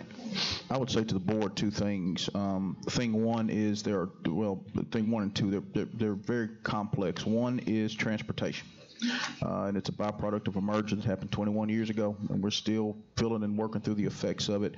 Dr. Breshaw and I have had many conversations about it. I know he's had conversation and dialogue with the recommendations, two gentlemen's numbers and names that were given, and we'll continue to engage them.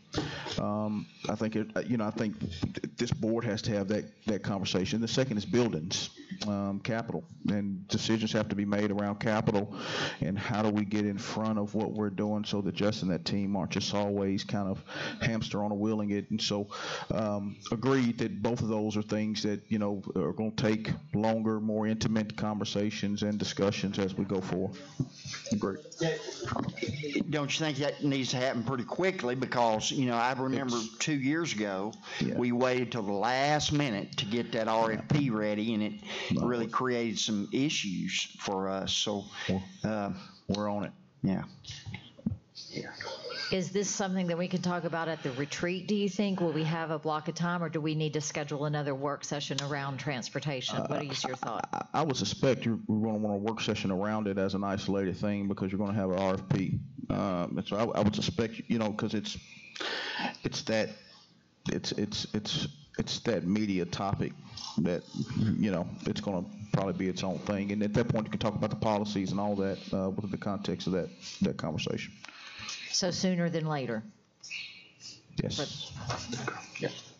Mr. Smith, does that sound good with you? Good. Okay. That's good. Yeah. I agree, because there's just a lot of stuff that I really want to delve into. Nakia, how about, does that sound, I think there's so much with those three policies that to me, that as the board, do you all want to start discussing it now, or do you want to wait and have a work session?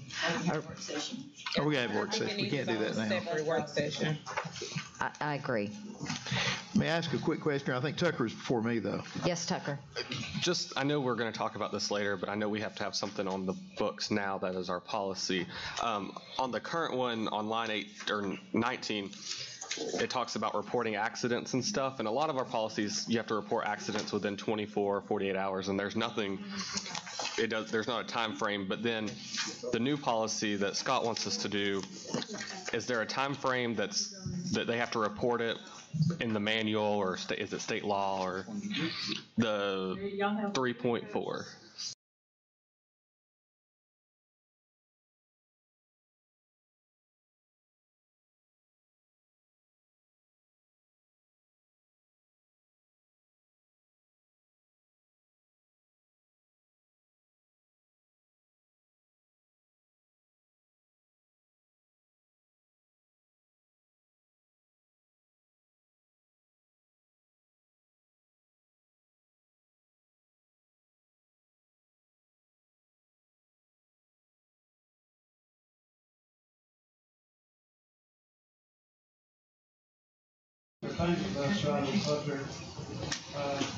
discipline is, and we need to make sure each driver has a copy of those regulations and guidelines. Okay. Thank you.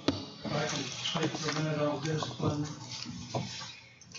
Speaking with a lot of my students on the buses when it comes to discipline, I ask them, I said, do you actually know, I mean, other than what we have on our bus for what they should and should not do, I said, do you students actually get a copy of school bus discipline rules, what you should and shouldn't be doing on a school bus? No, we don't get that. I said, well, and I was speaking with David and Horace at transportation. I said, it needs to be a letter sent home with all the bus riders that ride school buses. Sent home. It's in the handbook. It's in the handbook. What the discipline would be if they're out of line on certain issues. Because, you know, you have an issue with a student on the bus and the parents, they don't agree with this, that their student didn't do it, or, you know, they need to know what they're doing out of line is and what they get disciplined for. Because, you know, the parents don't accept it, and they need to have a copy of what your student's responsibility is. Okay, so I think that's a good idea. We agree, and I'll tell you, our code of acceptable behavior, I don't want to preempt where it's going, but it's going to be a heck of a lot tighter than it has been. It's going to be very clear and explicit as to what expectations are. We'll get to cell phones, we'll get to buses and transportation.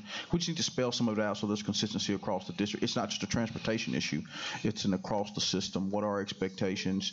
Parents understand it, students understand it, we understand it, and ultimately it makes Ken and Brad Jackson's job clearer for them as well. But you're just talking about just giving them, like when they ride the bus, just handing it to them like the first of school and say, this is the discipline for the kids for you ride the bus. So that way it don't get caught up in all the other stuff that parents get.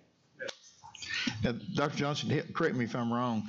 In the student handbook, when it goes home, that it's, I mean, now the parents are supposed to sign that and bring it, you know, and they get the signed sheet back. I think they keep the handbook. Is that correct, Dr. Johnson? Yeah. And then and I understand maybe you might want to do it separately, but that is in there, and we may want to. They need multiple exposures, I think, just like anybody else, and then that stack of documents they get at the beginning of the year. And then we got to spell out in the code of acceptable behavior. We just need to get that granular with it, and not over the top granular, but for things like that, we can kind of spell out and work through. So. Thank you all for coming. Appreciate it. And just for the... Can I say something? Yes. To them. Guys, these guys represent the people who, if there was an emergency at Sequoia, they are the people, you talk about first responders, they are the ones who are putting themselves on the line to haul people to safety. And gentlemen, we appreciate you guys' willingness to do that. I appreciate you bringing that up as well. Past, we used to get a copy of emergency evacuation from Sequoia, where we were supposed to go pick up whoever was in the area and what school or where to transport them to. We don't have that anymore. David mentioned that to me earlier in the year. He was going to a meeting about that, but we haven't got any information on where to take the population in case of that. Didn't realize you didn't have that. I'm sure Dr. Johnson can get that for him, can't we? Good idea. Thank you. You're welcome. And just, Tucker's not here, but all of the Nashville, Knoxville, Rutherford County, they do have a 24-hour where they have to report accidents, and it's stated in their policies.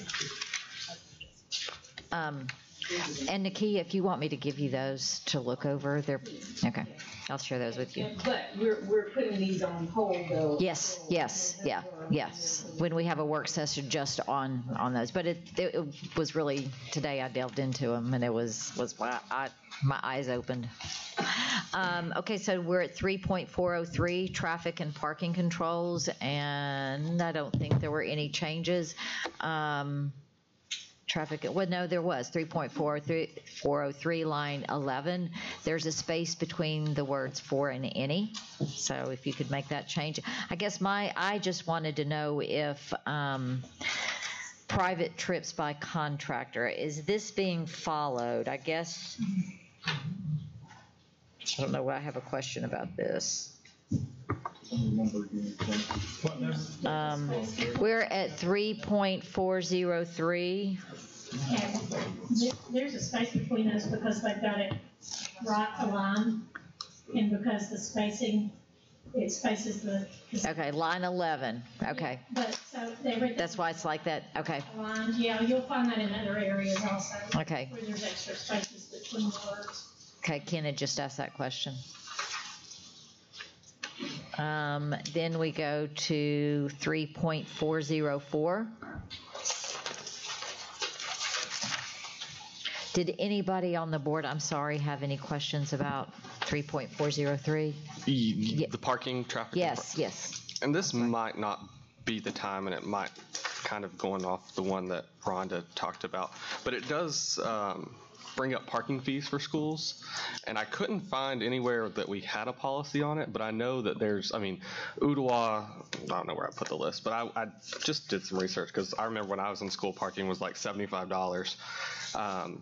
But like Ottawa is $80, Red Bank's $50, Sell Creek is, I think, or Sequoia's $30, Saudi $70, so it's kind of everywhere, and I don't know if that fits in here, but I couldn't find anywhere else where it was kind of mentioned. You've never been to a board meeting, have you? Oh, I have. Heard that discussion. I've heard you talk about it.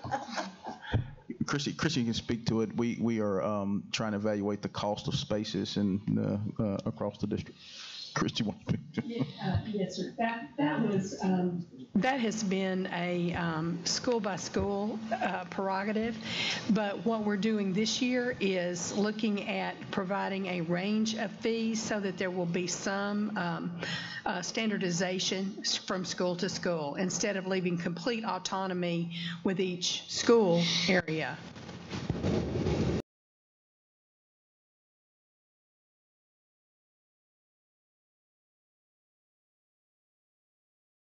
The principal and the school community, it has been, but it's primarily been used for like parking related expenses. Some schools stripe their own lots. Some schools actually have people that work the lot. There've been a variety of reasons for that. But one of the requests for the board was to try to standardize fees. It's not used for whatever. There's a specific line item that goes in, and it's right. So it is for repaying, restriping, repaving. And ID placards, do they have those still? Parking space. Parking placards. They have numbers. Most of them numbers. That's what I meant. Yeah, those are numbers. So it's pretty easy for an SRO to go through and tell if a car is there. Maybe they forgot their placard. They'll have to explain that. But if there's a car that's without a placard, it's pretty obvious. And it's a secondary safety measure too. I think one of the things we're having a conversation about is, and I'll just be very candid wise, it costs $25 for pavement at one place and $75 for pavement somewhere else. It just doesn't make any sense. So we've got to dig into that, and that's just. But there's also discussion, Dr. Johnson, a lot of people say that they've already paid for those parking lots of taxpayers. Why do they have to rent space for their kid to park their cars? Which is an argument that I've had for some time. I always drove to school and never had to pay for parking at my school. And so I just wonder, I think it's another tax without representation myself, but that's just me. And also another thing, and I don't know if it's still done, but if you had below a certain GPA, you couldn't get a parking pass when I was in school, which just defeats that. You're just punishing someone because, they're struggling or whatever their home life is like.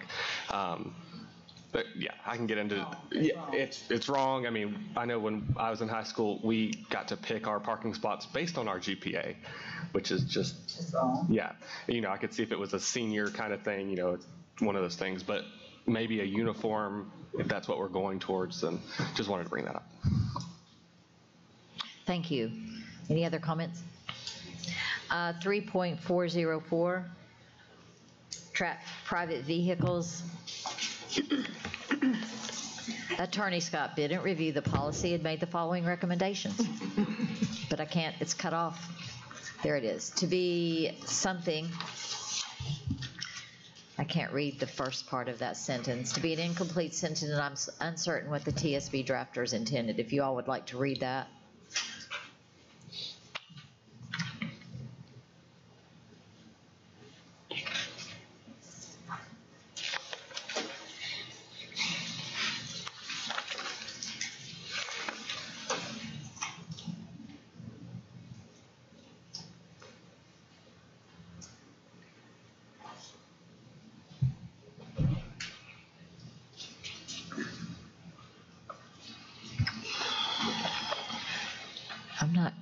school year, what he's talking about.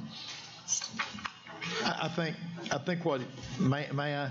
Yes. Ma'am, I think what he's saying is that we can't, he's not saying we have to stop, say, a coach from driving kids, but that we may have some degree of liability. And that's why the state of Georgia allows no athletic events other than on school buses, which would be, you talk about expense, we would really go up there. But the way I understood that when I read it was that we can still allow coaches to drive or teachers to drive on a field trip, yet the board will maintain some liability. So it behooves us to make absolutely sure that they have adequate insurance before they transport children.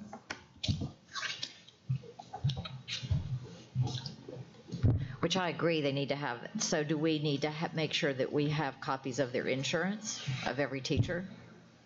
Coach? I would suggest that, yes. Some proof of insurance at any rate, maybe not a copy, but some proof of insurance or statement of insurance. I mean, I know for one that there's a lot of kids that won't be able to get to places unless I agree. a coach takes them there. But on the other hand, if the child gets seriously hurt, then we need to, that teacher or coach or club sponsor or whatever it is, and you're talking to a guy that's carried multiple hundreds of kids through the years. But we need to be sure that whoever it is, we need some, at the very least, a statement that they have adequate insurance. Well, I know. Joe, I know that you have taken a lot of kids, and I know, Joe, you have taken a lot of kids back and forth to ball games and things like that for transportation. A lot of kids, like you say, Kathy, a lot of kids could not play if coaches did not take them because their parents have no way of getting back and forth. So we need to be real careful with this policy. Maybe if we got the parents to sign that they wouldn't be responsible. If you want them to come get you, have to sign this. I don't know if that would relieve us of the responsibility, like you say, proof of insurance, and then from the coach or whoever's taking them, sports boosters, I don't know. But just maybe have the parents sign a waiver or something, I don't know. Yeah, we can work with Scott on a form that may fit all the areas within there. And I'll tell you, in the system, it's a little more complex because, we don't, as frequently, we don't have just a wide open busing to transport the teams and different places. We have a lot of pairing up to drive places, and I've seen it firsthand as well. So definitely. I'm so sorry, for 3.403 traffic and parking controls, I wanted to see if we could add that students will not be allowed to operate a vehicle on school property without a valid driver's license and proof of insurance. Each school shall retain a copy of the student's license and proof of insurance. It kind of goes along to what we're saying about teachers, but nothing in that policy states anything about that the students have to have driver's license and insurance. I agree with you. Where would we put that in? I don't know, but I think that we should have nothing is mentioned on that policy that students need to have their driver's license and insurance to drive a car to school. I think that's kind of important. Who would monitor that? That's going to be That's right. That's exactly right. Or come pay the fees, you also have to show your driver's license and that you're on your parent. And proof of insurance. I will say most schools are, from when I was looking at different fees and stuff, most schools already do that, but there was nothing in that. I agree.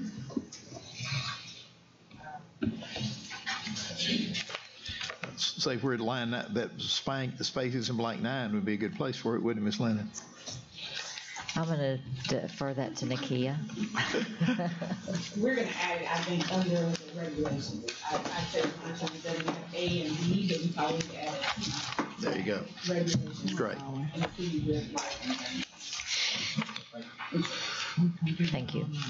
3.405, owner-operator bus service. I'm wondering again if this might go with when we talk about transportation.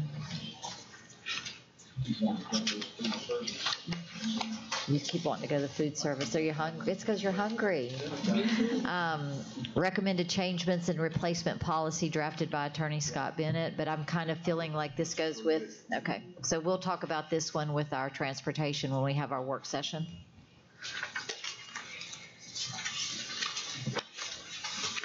Now we can go to 3.500, food service management.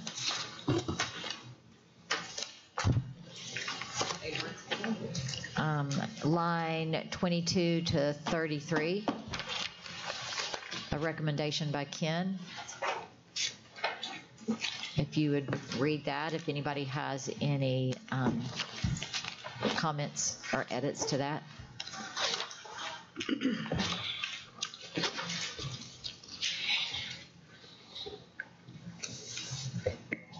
Dr. Johnson, may I ask a question, please? I know there have been times, and I can understand where we get, sometimes I know we've had tens of thousands of dollars worth of debt in our food service for people who don't pay for lunches, and I understand that. I understand how that can be a problem. But I really wish that we would have a no dumping policy. At one time, we were dumping, if people didn't have the money to pay for their lunch, they would dump it in the trash. I mean, if a child has it in, I think we ought to have a no, that we can't dump. And I'm not sure that would even be in our policy. But, you know, that is really not good, and I think here's for a lot of philanthropists that want to really help the schools. They can help pay some of these kids who just are the working poor. In a lot of cases, that don't fill out their, you know, people say, well, they need to fill out the free lunch. Well, that doesn't help them that day, you know, and I don't like that attitude either. Your kid don't get to eat because you don't fill out paperwork. It's not the kid's fault. But I just wish we'd have a no dumping policy. If a child has a lunch in their hand and they go dump it in the trash and give them a frozen peanut butter and jelly sandwich, that just don't get it for me. And I don't know what to do about that. I know a few years ago we had that problem. I don't know that we still do, even though I know that we still have some shaming going on in the lunchroom, and that really, really bothers me. And I just want to be sure that this food service management, you know, when we get into that we are very, very compassionate as far as that's concerned, and do everything we can to keep kids from being embarrassed in the lunchroom.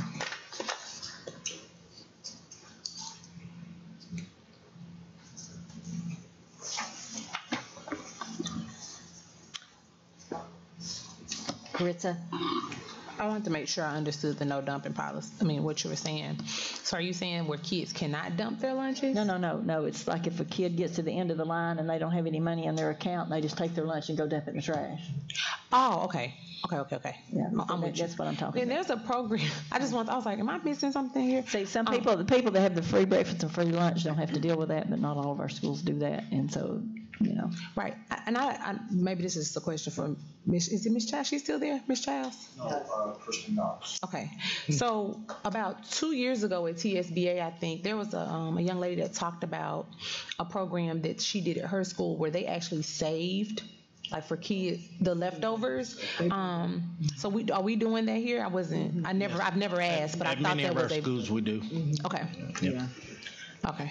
In particular the milk and the non-perishable. Well, the milk is perishable, but things like milk that's not been opened, not been touched, there's no safety.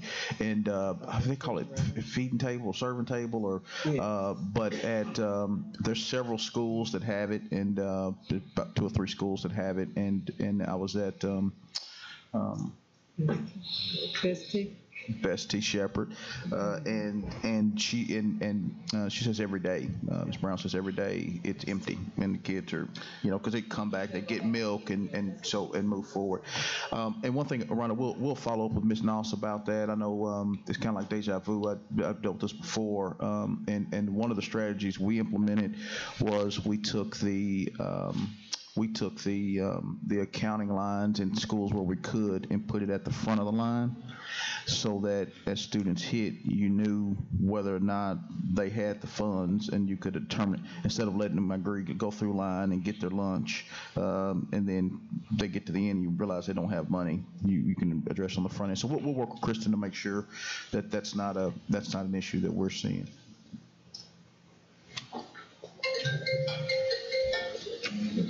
It's over.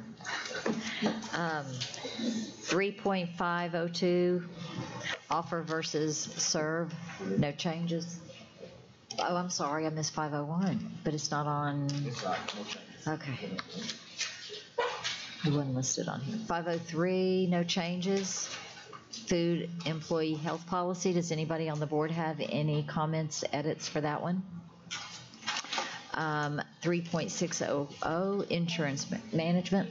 Yes. 3.501, there is actually a more current policy that evidently has been uploaded to the website that was actually done in 2018. I believe it was done in April. So that's actually not the current policy. Okay. So I'll get the current policy and give it to you, because we've been trying to work on that. Okay. I'm sorry. Okay. Thank you. I'll get the current policy. Thank you. Then 3.600, insurance management.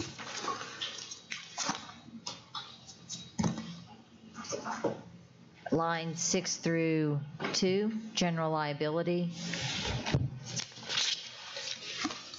You all might want to look through that one.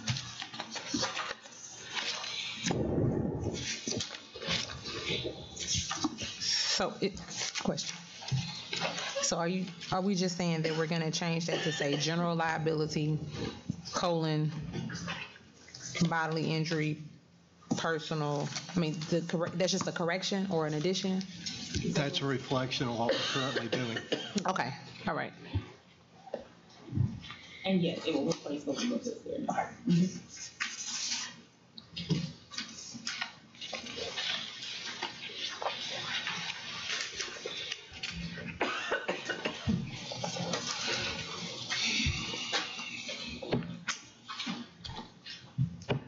Just a quick question, probably to Joe Wingate. If an athlete is injured, I know that their insurance is primary. I understand that, and we have some coverage over and above that. That's a question. And the other question is, what happens if that child, that athlete, does not have his own private coverage or TennCare or something? What happens in that case? Well, I think the policy says, right, that we're secondary. So if they don't have primary insurance, then obviously we pick up to a limit or whatever that limit is, and then catastrophic, yes, catastrophic insurance through TSSAA. But then also, my understanding is one of the benefits with the service that we're now providing countywide through Erlanger is those trainers are going to be able to send those individuals to a specific doctor. And I mean, Erlanger's going to cover those children or care for those children anyway, those students anyway, if they didn't. If it was a joke, it was something major like torn meniscus. Yeah, I don't know that. Service them regardless. Yeah. Erlanger's going to service you regardless. And they'll say, if somebody's going to come out there and financially have a discussion with you about a payment plan that they're trying to try to get you to take care if you don't have it, so forth and so on. But they're going to service you regardless. With the county hospital. I don't actually have a 601 in my board policy book at all. 3.6001. It's not on any of our stuff, so surprise. Yeah, this is one of the things that we discovered today, that we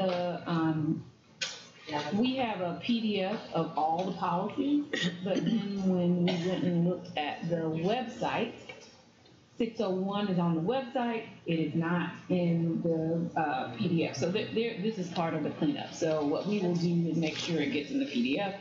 And in the version on the website, you can download the PDF. That's all of the policies.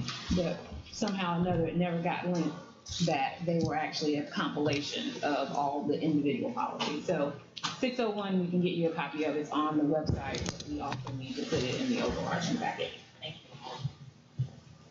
you. Can I ask one more question without getting killed? I know I was injured playing basketball in high school, and I had to have knee surgery and was off for a few days.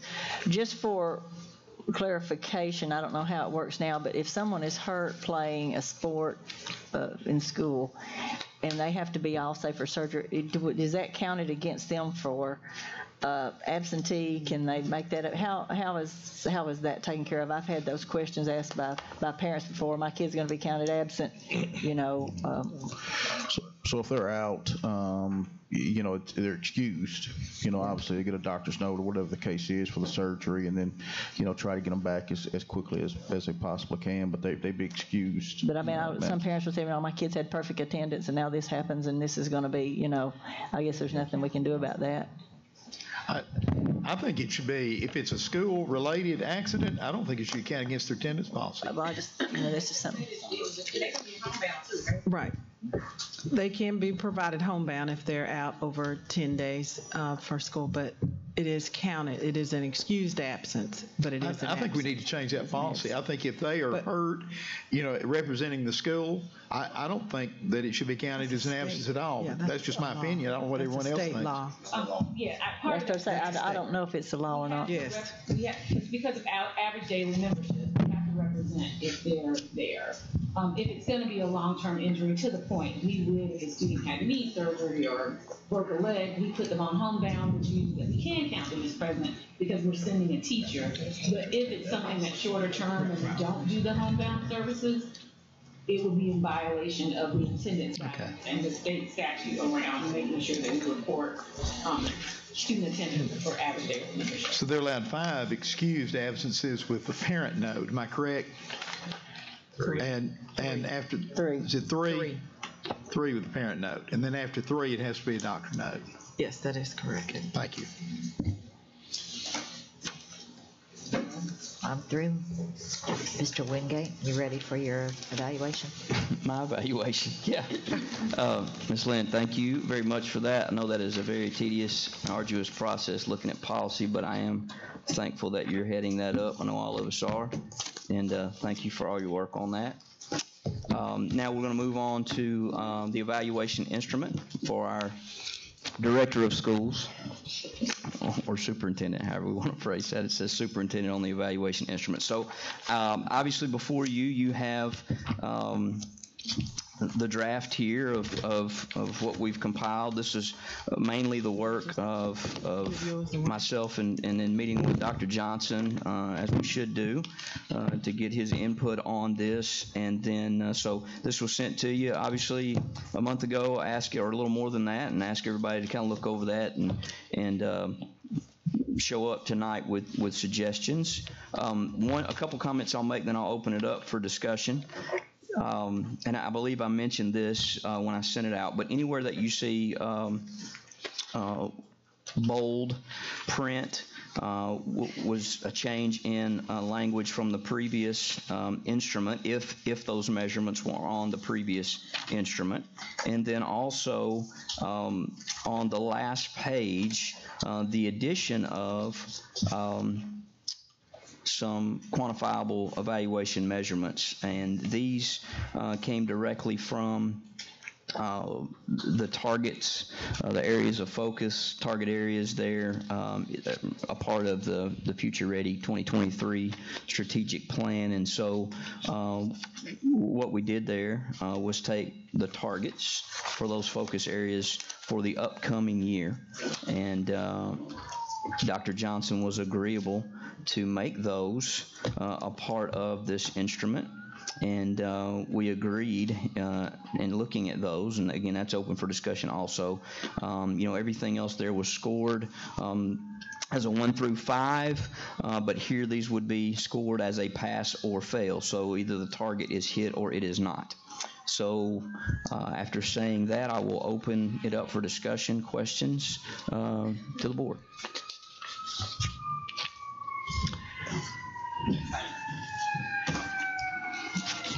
May I? You may.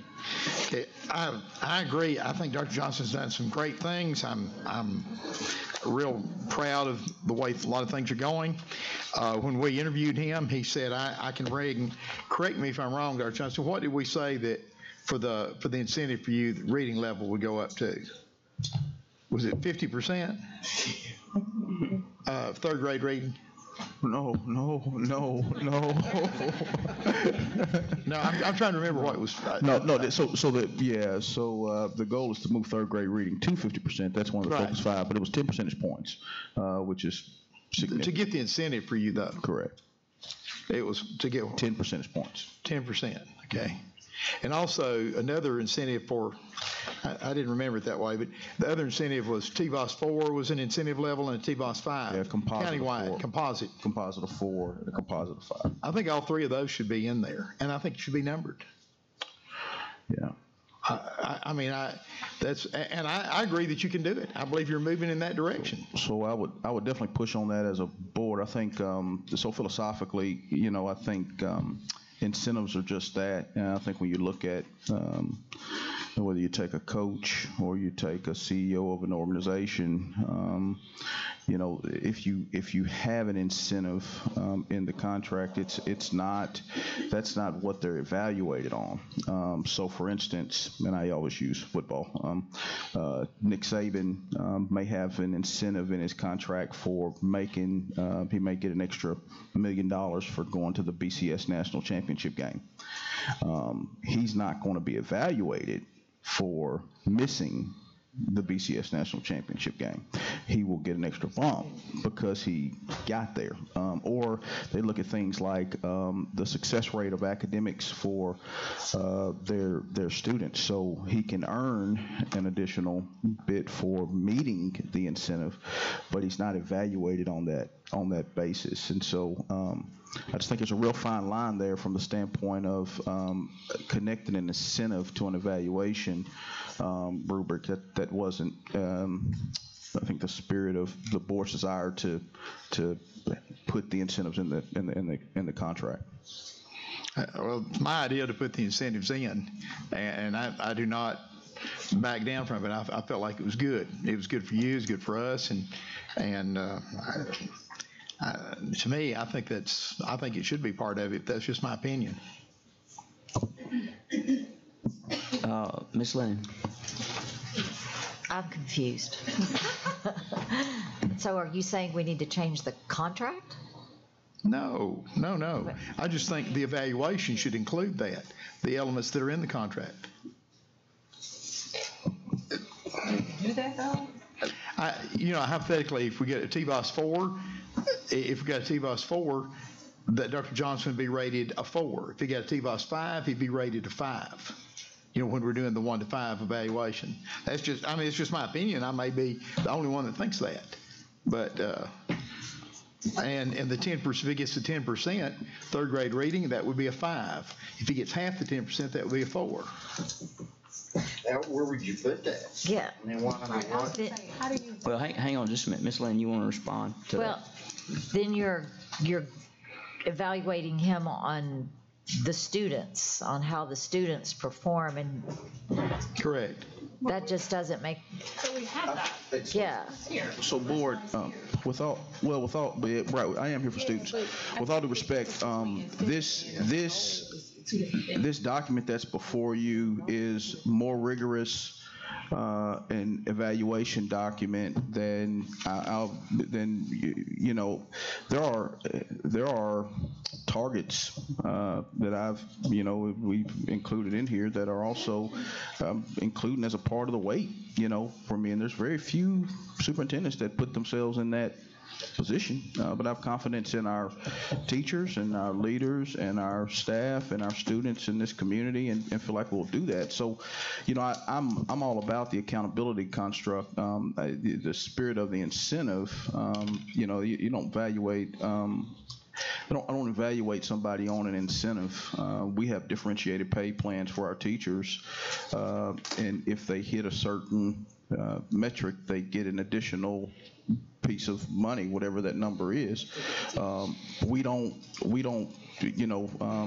evaluate them because they don't hit that particular metric. We don't, you know what I mean? We don't bring them backwards because they don't hit that metric. Like those are kind of, they weren't kind of, I mean, to move 10 percentage points in third grade RLA, to move the district from a level 1 to a level 4, a level 5, those are stretch goals. And candidly speaking, we moved from a 1 to a 3. And so great. We're on the heels.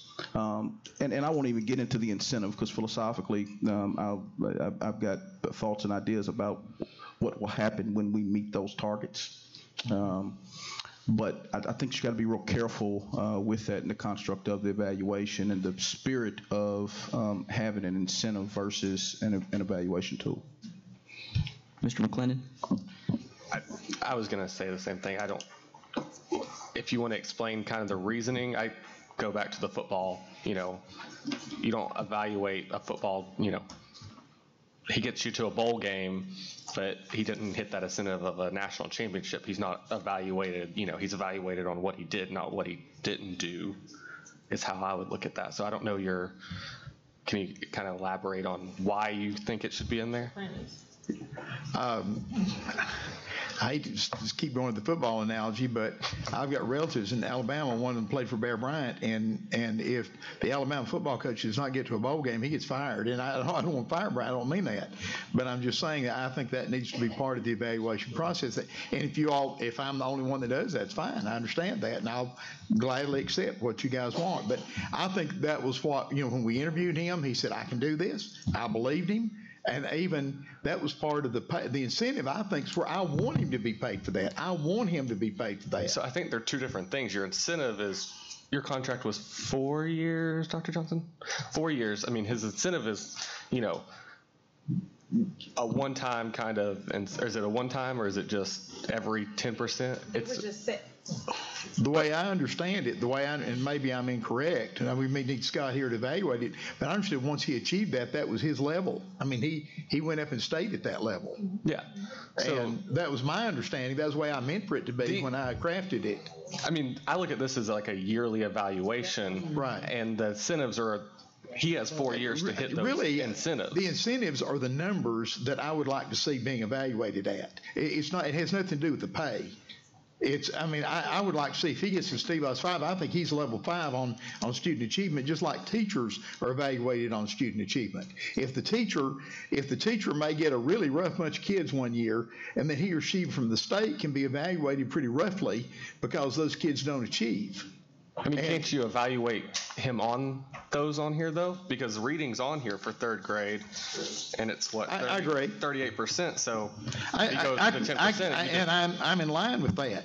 If he gets 38%, I think we need to give him a 5. I agree with that. Yeah, so but I'm thinking the TVOS 4 and TVOS 5 need to be added. So hang on, guys. Let's go. So, Mr. McClendon, go ahead and finish up your point. Yeah, I mean, I was just, maybe you could do something with the TVOS, but I think the TVOS is pretty straightforward on evaluation within itself. When we get them, okay, the 4, we get a 3, that automatically comes back to Dr. Johnson in the media, onto us as a 3. We all know we take that into account when we fill out this, next July, August. But if he hits 50% reading target for third grade next year, then you just put a 5 on that one because he went above a 38%. Well, a 10%. He's correct. I think a 10% improvement, we give him a 5. So if y'all don't want to do it that way, that's fine. Well, I want to get to everybody's comments here. I don't know who was first, Miss Mosley Jones or Miss Hill. Y'all, Miss Hill, go ahead.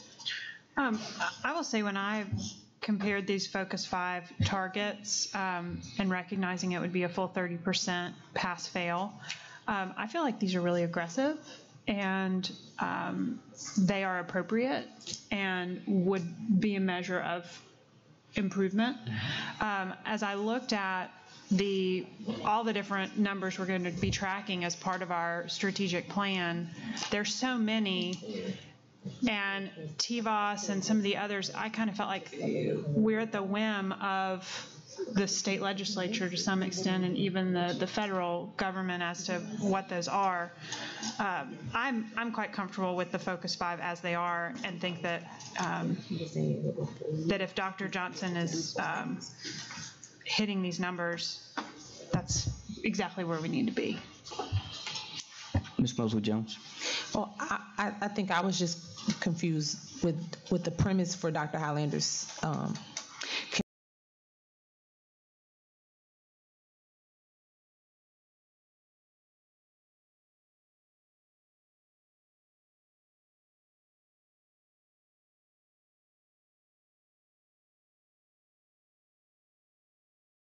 put those out there now, then if he meets them or exceeds them, what are you putting out there for the next year? Because his evaluation, this is a yearly tool.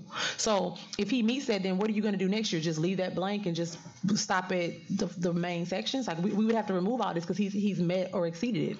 And then in the same instance, once again, it's an incentive versus, I guess, more so a benchmark or getting to that point. And I think, to me, those are two different things.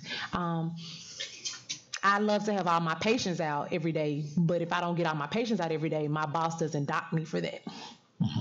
You know, if I have 30 patients and I get 20 of them out, I still did my job for the day. It's just there were circumstances and situations that exceeded the other. It wasn't like I had to get all 30 out. Does that make sense, what I'm saying?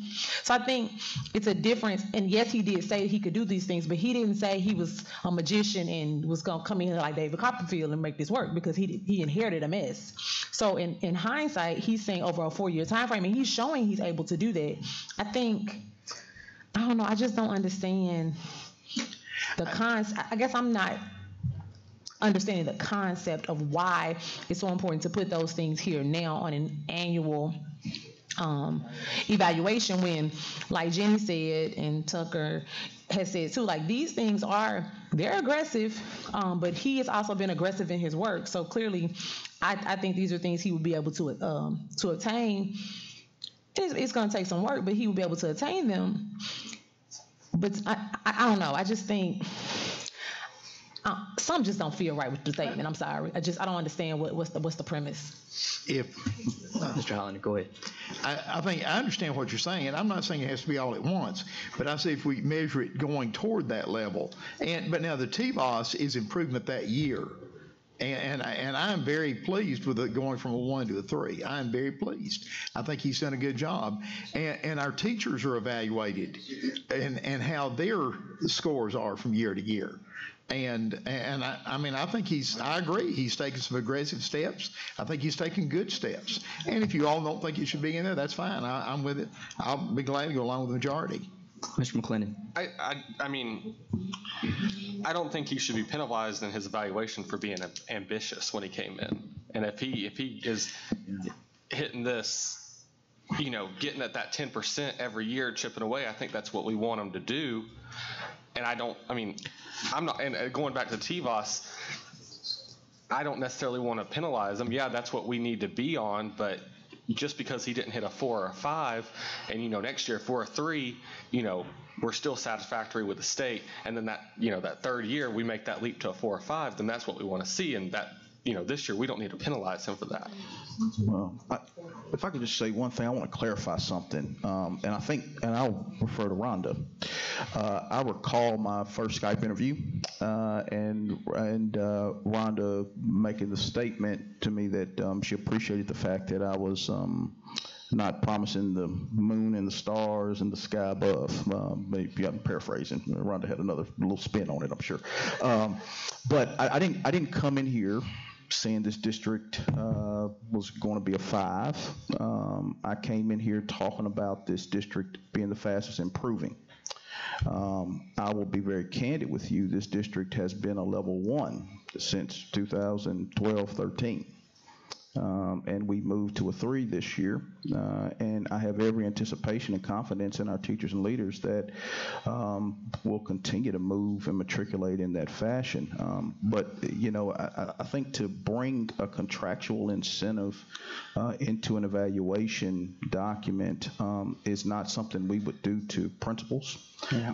It's not something that we would do to teachers. Now, from a standpoint of being very aggressive, I mean, there are metrics in your superintendent's evaluation for probably the first time in the history of Hamilton County Schools. There are actual metrics. Not only are there actual metrics in the evaluation, but there's also a comprehensive annual performance summary that's within the 5-year plan. So, I think we're holding ourselves to a pretty doggone high standard and not trying to expect any more of ourselves. I've talked a lot about the process, and focused on the process. And so I think it's just, I just want to be real clear that those are 2 separate measures that we're trying to bring into the evaluation tool, and I don't, I'm just be remiss not to say it's not what it was the spirit of. Mr. Smith or Ms. Thurman, I'm not sure who's first. Go ahead, Mr. Smith. Dr. Highlander, this might kind of be like the dog on the track, not a hill to die on. Let me say, Joe, what an excellent job. I know everybody's had input, but what an excellent job. And as I look at these, at the 5 focus areas, reasonable, obtainable, challenging. I mean, what else could we ask for? My goodness alive. And then I just want to say, we hadn't talked about this much, but, I've been supervising people for 25 years, and my wife's been supervising me for about 45. But one of the things that I want to do this year when it comes time to do this evaluation, I think last year we just went through everything and then we scored and then we gathered those scores and this year what I would like to do personally is the day before I write down a number 4 in this first area here, I want to sit down with Dr. Johnson and I want to talk about it because he may move my 4 to a 5 or he may move my 4 to a 3. So I think that's important that rather than just sitting down and filling out the numbers as we see fit, is to have that conversation with him as we're doing it. That's what I'd like to do. Thank you. Ms. Thurman. Yeah, just real quick question. Steve did bring up some good points. Maybe if this is not the place for that, when do we have the discussion about where we are? When do we have that discussion? And that won't be Joe saying, "Oh, please, I don't want to do that." But when does that discussion take place? At what time? After a year? After 2 years? After 3 years? When do we have that discussion to see where we are, and are you satisfied with where we are, or give us some reasons why we're not where you thought we would be, that kind of discussions, because I know there are a lot of things that you being a new superintendent that you've run into that you never dreamed you would run into. I would just guarantee that. And just to kind of clear the deck and let us know where we are. If you're satisfied with where you are, given all the effort that you've put in, if it was a lot more involved than you thought it was going to be, when will we have that kind of discussion? So I think part of that's retreat. Obviously, as a part of the initial evaluation, just kind of gave a comprehensive annual review, 17, 18 pages or so. But I think as far as, my summation of where we are, we have improved in multiple areas, but there's also a whole heck of a lot of work to do, Rhonda. So, just candidly speaking, their system is still grappling with the effects of a merger that happened 21 years ago. And whether it's buildings or busing conversations or even academics, that is the reality of what we're still dealing with and working to address. So, we were in the challenges literally every day. I believe about 12 o'clock yesterday when I called culture, another set of challenges. And so, that's the nature of this work. I think it's definitely an upward trajectory. I want to be real clear, and I just want to keep pressing on this.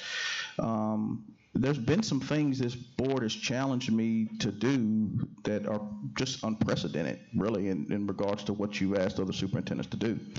And I don't run from that.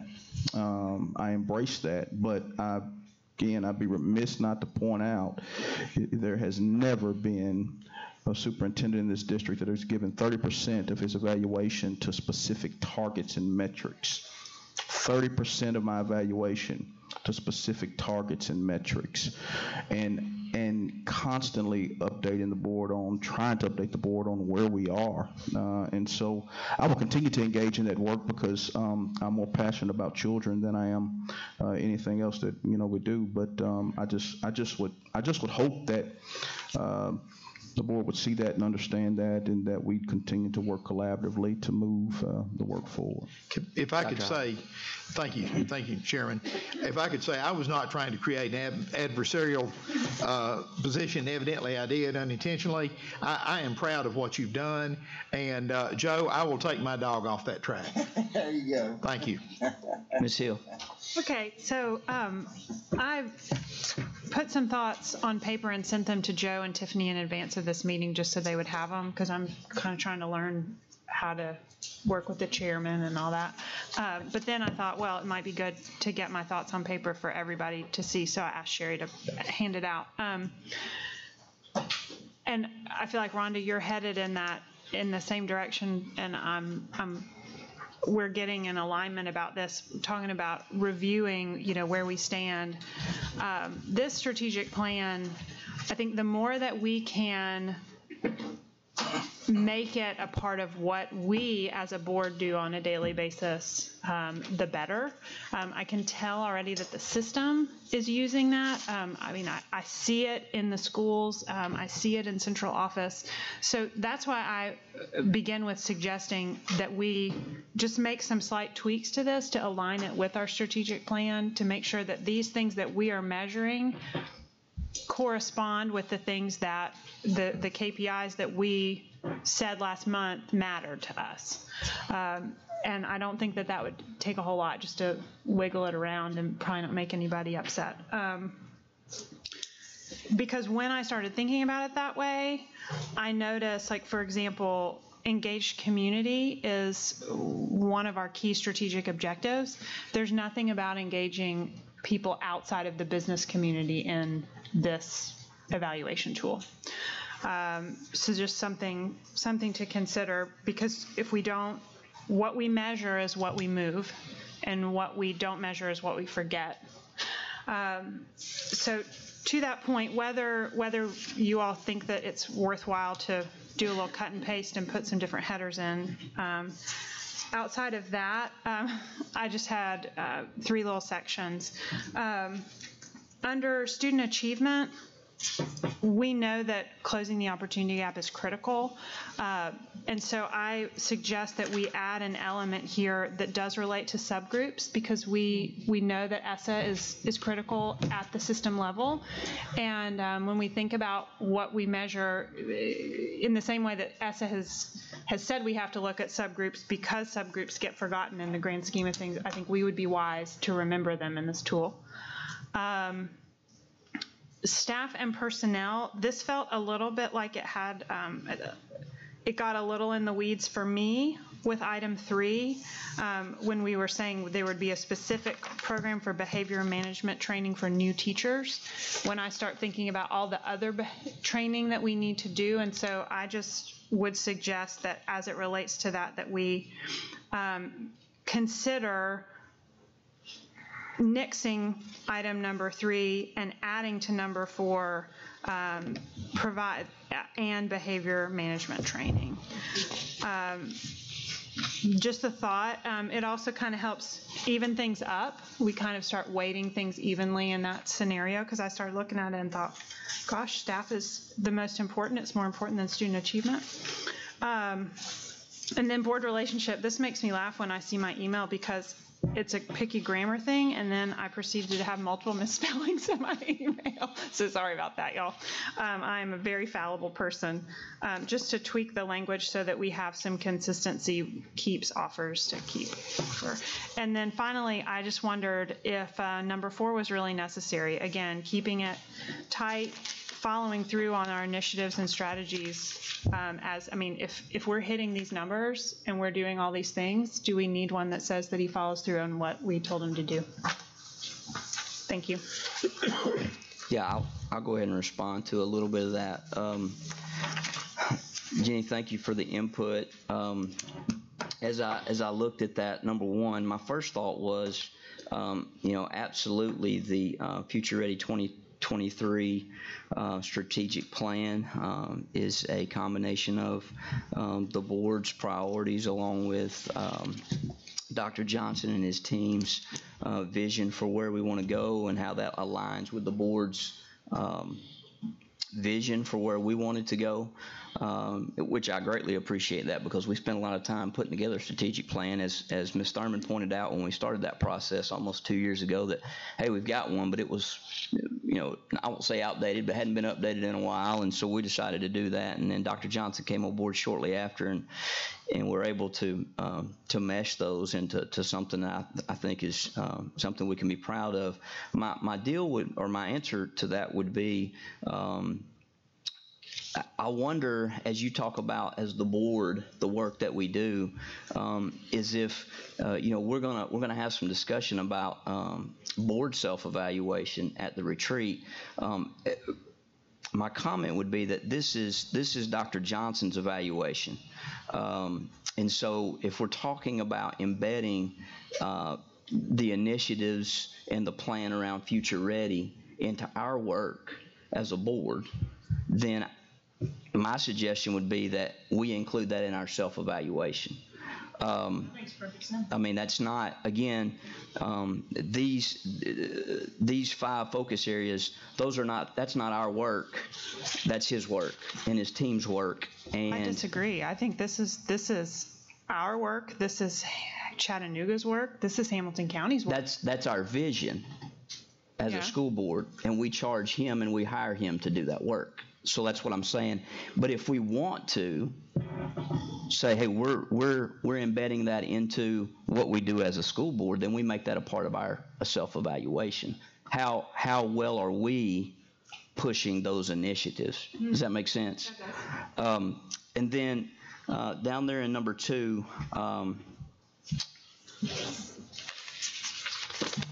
as far as the ESSA subgroups, I don't know. I'll let Dr. Johnson hit on that if he wants to be more specific in those under student achievement. But what I will say is, as far as the staff and personnel relationships, which fall up under student achievement,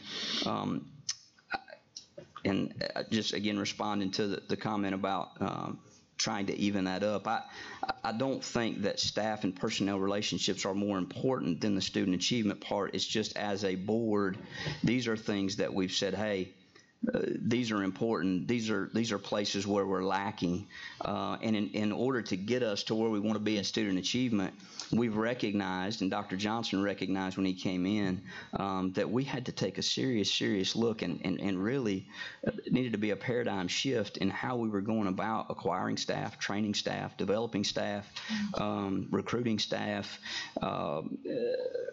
and in order to get that student achievement where we wanted. So that's kind of why that is where it is when it comes to the recruiting plan, which Mr. Fogelman has done a tremendous job with, and I think we've all been pretty pleased with that. And then that was, let's start something here. Then number 2, let's develop a strategy that's going to sustain us.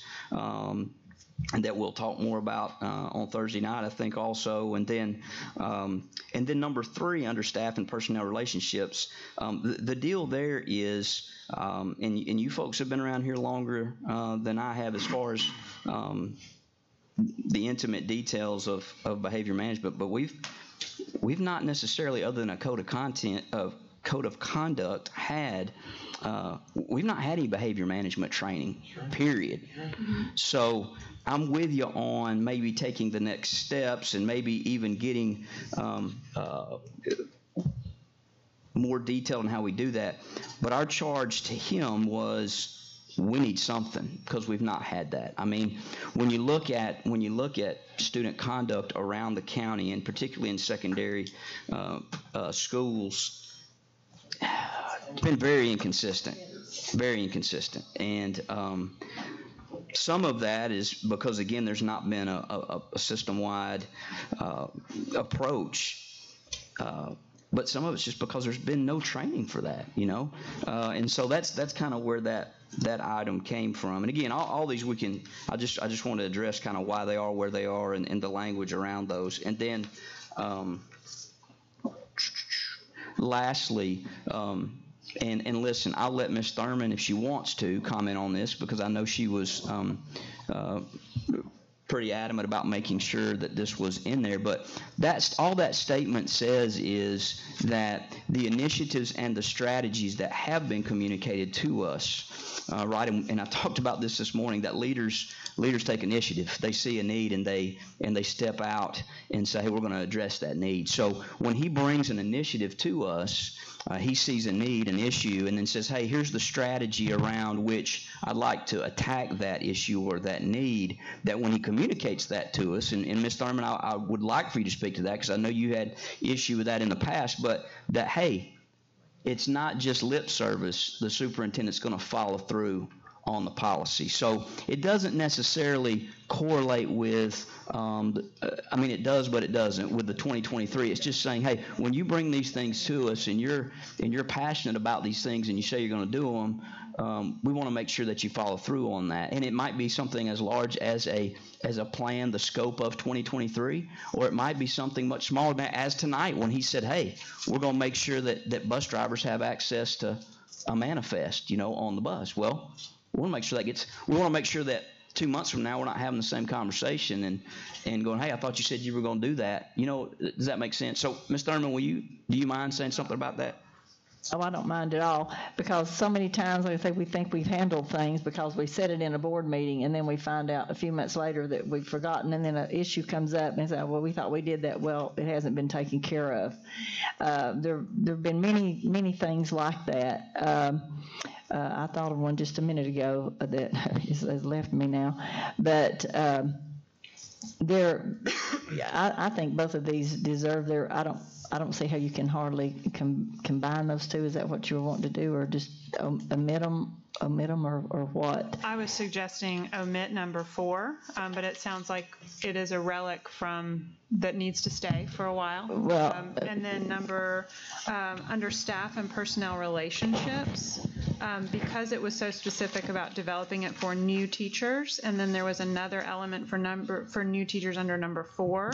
My suggestion was just to roll that into mentoring, support, and behavior management, knowing that we have a tremendous need for behavior management training across many parts of our staff. Gen ed teachers need training for inclusion, behavior management.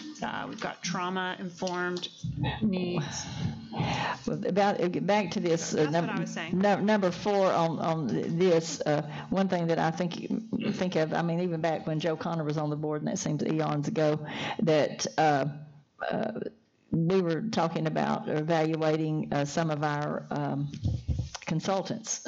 We keep giving the same consultants the same money over and over and over and over again, and it doesn't seem to be any progress. And they continue to be hired time and time again. Those are the kinds of things that we've talked about. Let's see what's working, let's see what's not, and it continues, to this day in a lot of cases. But those are the kinds of things I'm talking about. And this behavior management, I'm just real concerned about. I don't know how much input the board will have on behavior management training. but some of the direction I see us going on some behavior management, I'm not liking. I think that's another thing we need to get a lot of input from teachers who've been in the classroom for a long time to say what works and what doesn't work. But yeah, we definitely need some behavior management training, and it needs to be uniform, and that includes language. Behavior includes language, and I think that's one thing that. So is it appropriate here to have the word new teacher? Because Joe, you've mentioned behavior is an issue district-wide. Rhonda, you've said it's an issue. Yes. We all agree that, but this measurement is only specific to training a new teacher in Hamilton County. Right. If we were to go that route and combine 3 and 4, then I think new throws a wrench in it, just from the standpoint that I think as a board, our desire to see number 3 was that, hey, regardless of levels of experience, we want to see, again, comprehensive behavior management. We want to see something consistently implemented throughout the system, because it's just not taking place before. So then maybe we just take the word new out of number 3. Yes. Yeah, That'd be fine. Yes. Okay. Yes. Got it. Cool. Dr. Johnson, do you want to say? The only thing I'll say with that is we have 3,200 teachers, and the scope of getting them all trained in the next before the next evaluation cycle, you can already make me a 1 or 2. But we will develop. Okay. Yeah, it doesn't say implement yet. We will begin. I mean, we'll push at working towards that. Sorry, we got Ms. Lynn. Yes, I did like the special education piece that you had in inclusion. Since we've thrown out the 3-year inclusion plan, I don't know if we can put that anywhere in there, but I think that's very important that we add that in there, that we are looking at that and we're measuring that somehow, because I think that since that has been introduced as a 3-year plan, I definitely would like to see that as part of the evaluation. Okay. Dr. Highlander? I think Dr. Johnson and Mr. Fogelman, the group, have done a great job of personnel. I mean, they've done some wonderful job, and I very much appreciate that. I would like to say on training of teachers, I think we need to stick close to the MOU, and we need to guard these teachers' state-required planning times. And I mean, quite a few of them are losing their planning times due to training in school. And I think we need to provide some time outside. And I believe we have a we have a policy now that they're paid $20 an hour for doing training outside. And as long as we're doing that, but I'm just concerned that some teachers are not getting their planning time. Things are being implemented, and just trying to protect that for their well-being. Ms. Mosley-Jones. I had a question about in Jenny's email. It stated when she talked about the example of engaged community is important enough to be a key focus area in the strategic plan, but doesn't really appear in the evaluation tool beyond business support. And you mentioned about what other communities is he engaging. I just wanted to say, from my observation, if he doesn't engage anybody else, he's engaged in Hamilton County. He is. And I mean that in the most sincere way, from not just businesses. I've heard and actually seen for myself, Dr. Johnson is everywhere from a football game to a funeral to a church to a senior, what they call them, the senior speak outs they do with on point. I mean, he's everywhere. The man is everywhere. He's at every chamber meeting. I mean, he's everywhere to the point, oftentimes I really do pray for his home life, because I don't know if I want my husband running around the way we run Dr. Johnson around. But we thank God for Mrs. Johnson. I don't know. I like my boo. So I'm just saying, I mean, there's always a sacrifice, but I know for a while, and he can attest to this. I told him, like, when he first got here, I was like, look, tell them no. Because you come here to work for us, and everybody else wants you, but you're here to work for us, but everybody else wants him. 2.0, the Tourism Bureau, everybody wants a piece of Dr. Johnson. So I don't think, personally, that needs to go into his evaluation, because if Hamilton County and the tri-state areas don't see that he's engaged, They clearly are under a rock. And so I think, I don't know, that's just me. I'm like, he is everywhere. Well, I think about parent involvement and family involvement, that we recognize as a board and within the strategic plan that is a key need. We want more of that. So that's why. And I get that too. What we run into though is, and I speak from you and I in our experience, we had that in our schools, right? That's what you mean. They had to. A lot of schools don't have that. And so I don't think it's fair to tie that, I guess, into that. It's in our strategic plan that he's going to increase that. So. Right. One thing I would say about that is if you look at number 1 under strategic planning, it says develop a strategic plan in collaboration with the school board that addresses key performance indicators for the next 5 years. Well, he's developed a plan that addresses engaged community. And so I think that covers that, but I would also say if on top of that not covering it, if it were an area of concern, and as Ms. Mosley-Jones has indicated, it obviously is not an area of concern right now. I don't know if it needs to be a separate measurement when it's covered underneath or within the plan that both the board and Dr. Johnson have set forth. But anyway, that's.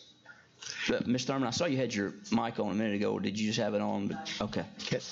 Dr. Highlander, go ahead. I want to amen what Ms. Mosley-Jones has said. I mean, he has really gone out of his way. I mean, everywhere I go, Dr. Johnson is doing something with someone in the community. And but I also agree with her that he is our person. You know, he's our employee, our only employee. And I think we need to protect him a little bit sometimes. And I commend you for all that you've gone out and done. But I say, we need to protect your family time too, because you're not going to be healthy if you're not with that daughter and that son and that wife. And we appreciate that. All right, so more comments, please. Thoughts here about this document. Oh, I'm sorry, Mr. Fogelman. Yes, I'm sorry, I forgot. You need a light over there. You need a. Just a question, kind of structurally about the instrument. Having looked at a lot of performance evaluations over the years, looking at the 70% section, it's rated 1 through 5. Mm-hmm. Then you go over to the 30% section. It's pass or fail. Yes. It's pass fail. Mm-hmm. So will the the reason I'm asking the question, as we develop our goals and recommendations, we'll try to work something very similar to this for our team. So when you look at the 70% section, do you envision that a rating would be just like a 3.3 average would just be for that 70% section, and then the 30% section is really just a pass-fail? Or did you see combining it? Because we talked about combining those is what we did. Okay. I mean, that was the conversation that he and I had when we talked about putting some measurements in there, and I was just kind of thinking structurally that the zeros in the 30% section, mm-hmm. Well, we talked about originally, instead of zeros, a 1 or 5. That's been 5 or 6 or 7 weeks ago. And just to be brutally honest with you, I'm an exercise science biology guy, and so we kind of sat there and fumbled around. I did anyway with math, but I mean I'm being facetious, but at the same time we talked about that. How does that play out? Is it, when you talk about pass or fail, is it 0 or 5? Is it a 1 or 5? And I mean, if it's 1 or 5, it's not necessarily pass or fail. I mean, I guess it is, but I'm open to suggestion for that also. I mean, I want to make the document as fair as it can be for Dr. Johnson. I also recognize that our board, we want to keep pushing and challenge him. And I'll just tell you, the recognition of these measurements came really from community input. There were particularly community members in my district that said, hey, and I get it. Kind of like when we talk about funding and finance, people want to be able to put their hands on what the money's spent on, right? And so they want to be able to put their hands on this instrument other than it just being some subjective, a rating. And so we both talked about that. And I think one of the things that, going back to what we were talking about earlier with incentives and all of those and targets is, I was pleasantly surprised when we had the conversation that he said, look, I did put, we do have these targets that are yearly targets lead up to what Dr. Highlander is saying. I mean, so we said, hey, we'll give you a 4-year contract, and I'm inferring language here, but at any time in that 4 years, you hit those numbers, you're going to get a bonus, right? Now, we didn't say at the end of 4 years, we expect you to be there. We said, if you get there, we're going to give you a bonus. And I will say, to his credit, I don't know that I would have been that brave. He said, look, there's a plan there to get us to what's going to get me an incentive. I'm willing to put that yearly target in the instrument, right? And so now as far as how we score that, I have to go back and look at my notes. There was some shorthand math and some stuff to that, but You're not doing a new math? no, it was not Singapore math. Rhonda don't count.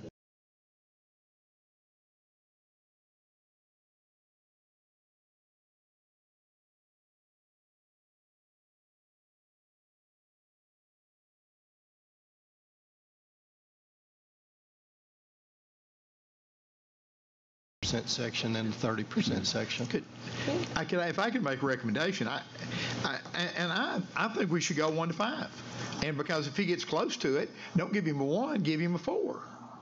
And I mean, it's great, and that would be consistent across the board. Well, the only thing I would say about that, where you're going to have some inconsistencies, is close is relative.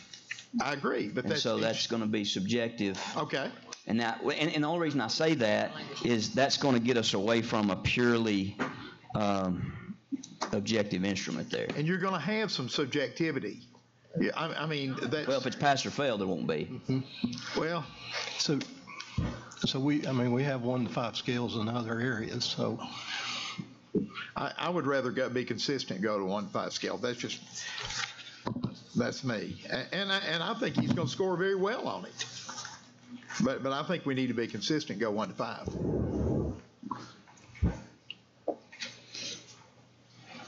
I disagree. Joe, real quick. Yes, sir. Just kind of throw. Sorry, I'm working on math. No. On the calculator? Oh, you are not him. Just to make more kind of sense in my head, what's weighted 70%? What if, because it's going to come out to whatever, like 3.3.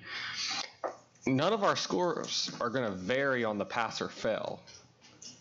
So correct. Wouldn't that just be, okay, we take what is now 70%, make that kind of 100%, a 3.3 whatever would be his final score, and then Dr. Johnson hit 3 out of the 5, he passed on 3 out of the 5 focus 5 areas, and that wouldn't even be it would just be a pass or a fail, not a number.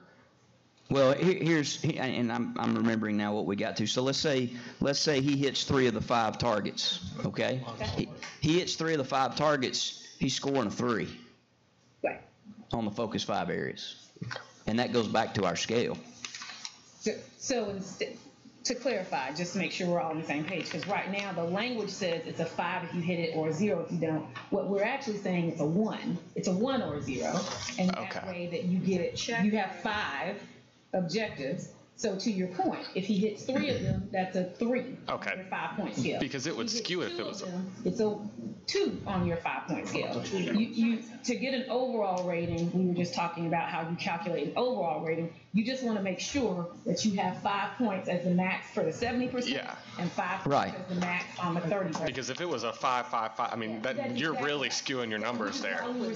Yes. A 1 and a 5, and you take the. No, yes, and that's what I'm saying. So, but I think, and correct me if I'm wrong, but a 1's going to mess that number up. If we go 0 or 5, if he hits a 5 on 4 out of 5, he's got a 4. Right? So 20 divided by 25 is 80%. That's a 4. We can't. So the pass or the fail. So the difference is if you put a 0, like to your point, if you treat it like an individual indicator, like if you treat each one of the goals like an indicator under your 70% side, you can get only a 1 through a 5. You all aren't able to give him a 0 on the other scale, right? On the 70%. So we're just saying you can either do what you were thinking about, which is if you want to treat them like a rating, and it can be a 1 or a 5, a 5 if he makes it, or a 1 if he doesn't, which allows you a 1 to 5 scale, and then you take the average of the 5 targets, or you could treat it like this is the focus 5 is like being one indicator. And so there's 5 points available based on 5 different targets. If he gets all 5 of the targets, that's significantly above expectations. That's a 5. If he gets 4 of the targets, that's an area of strength, his student outcomes. If he gets only 3 of the targets, that's at expectations. Right, and that's what I'm saying. If we went 5-0, that you could work that. It wouldn't work numerically, right? Because unless with the average, like you'd be bringing down his average. I think it would be 1-0, correct? Because if you have 1 and 0, if you have 5, 5, 5, 5, then that just throws off your numbers for the whole 30%, and you get an average that's 8 point whatever or whatever. Yeah. I think your way, what Tucker was saying, was probably the most straightforward. Treat it like a 1 or a 0. Because if he hits 4 out of the 5, then you take that 4 as your 30% and your 3.2 as your 70%. It's going to bump up his average, to a 3.6, whatever the math would be, 3.6.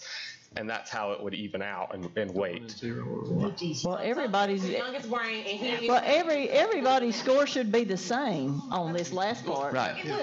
Okay, so I mean, it's going to be is what it is. It's either going to be 5s or 3s. I'm not understanding, because it's not like we're going to say, oh no, he's 38%. We're just going to say, guess whether we're going to know whether he did or not. Yeah. So we would all have all have the same 3 grade in that section. Yeah. It would just play into effect with our 70%, because we're all going to have different ones, and that's how. Yeah, we got to come. I learned something in college. We got to come back on Thursday, right?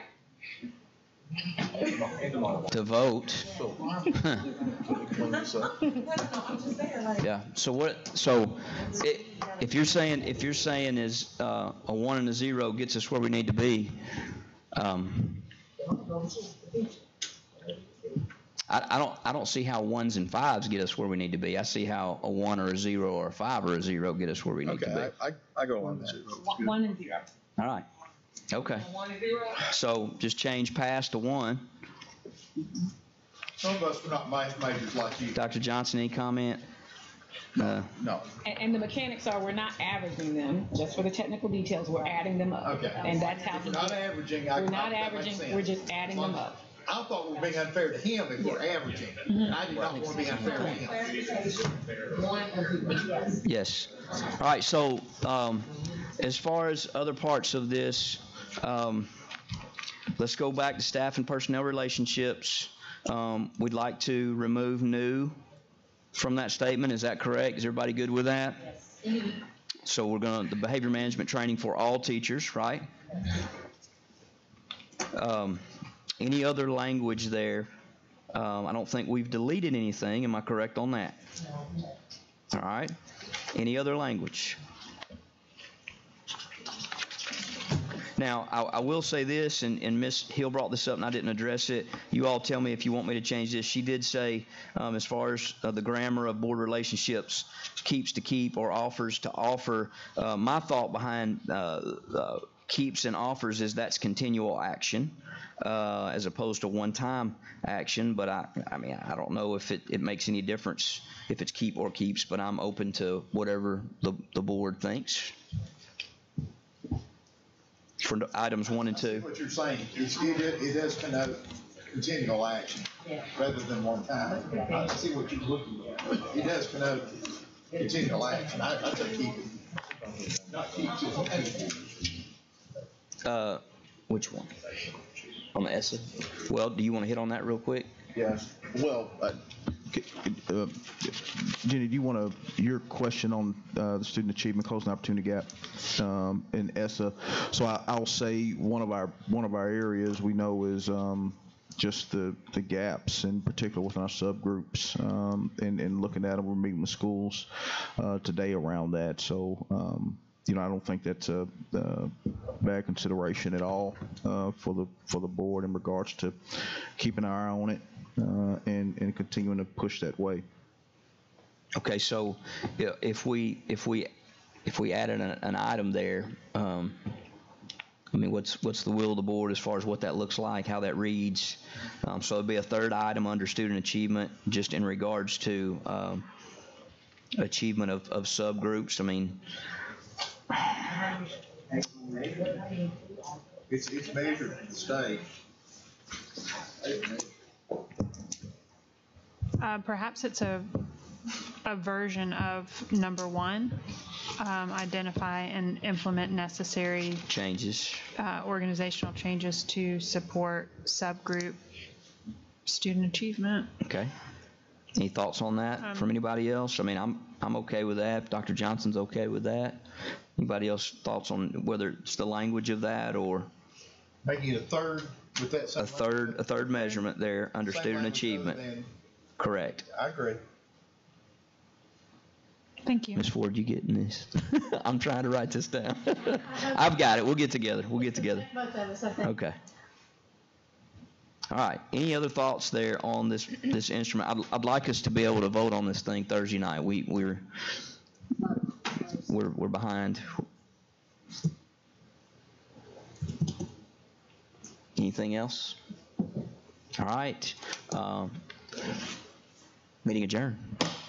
Good job. See, I'm a language arts and history guy. I'm used to subjective. Yes, ma'am. You guys.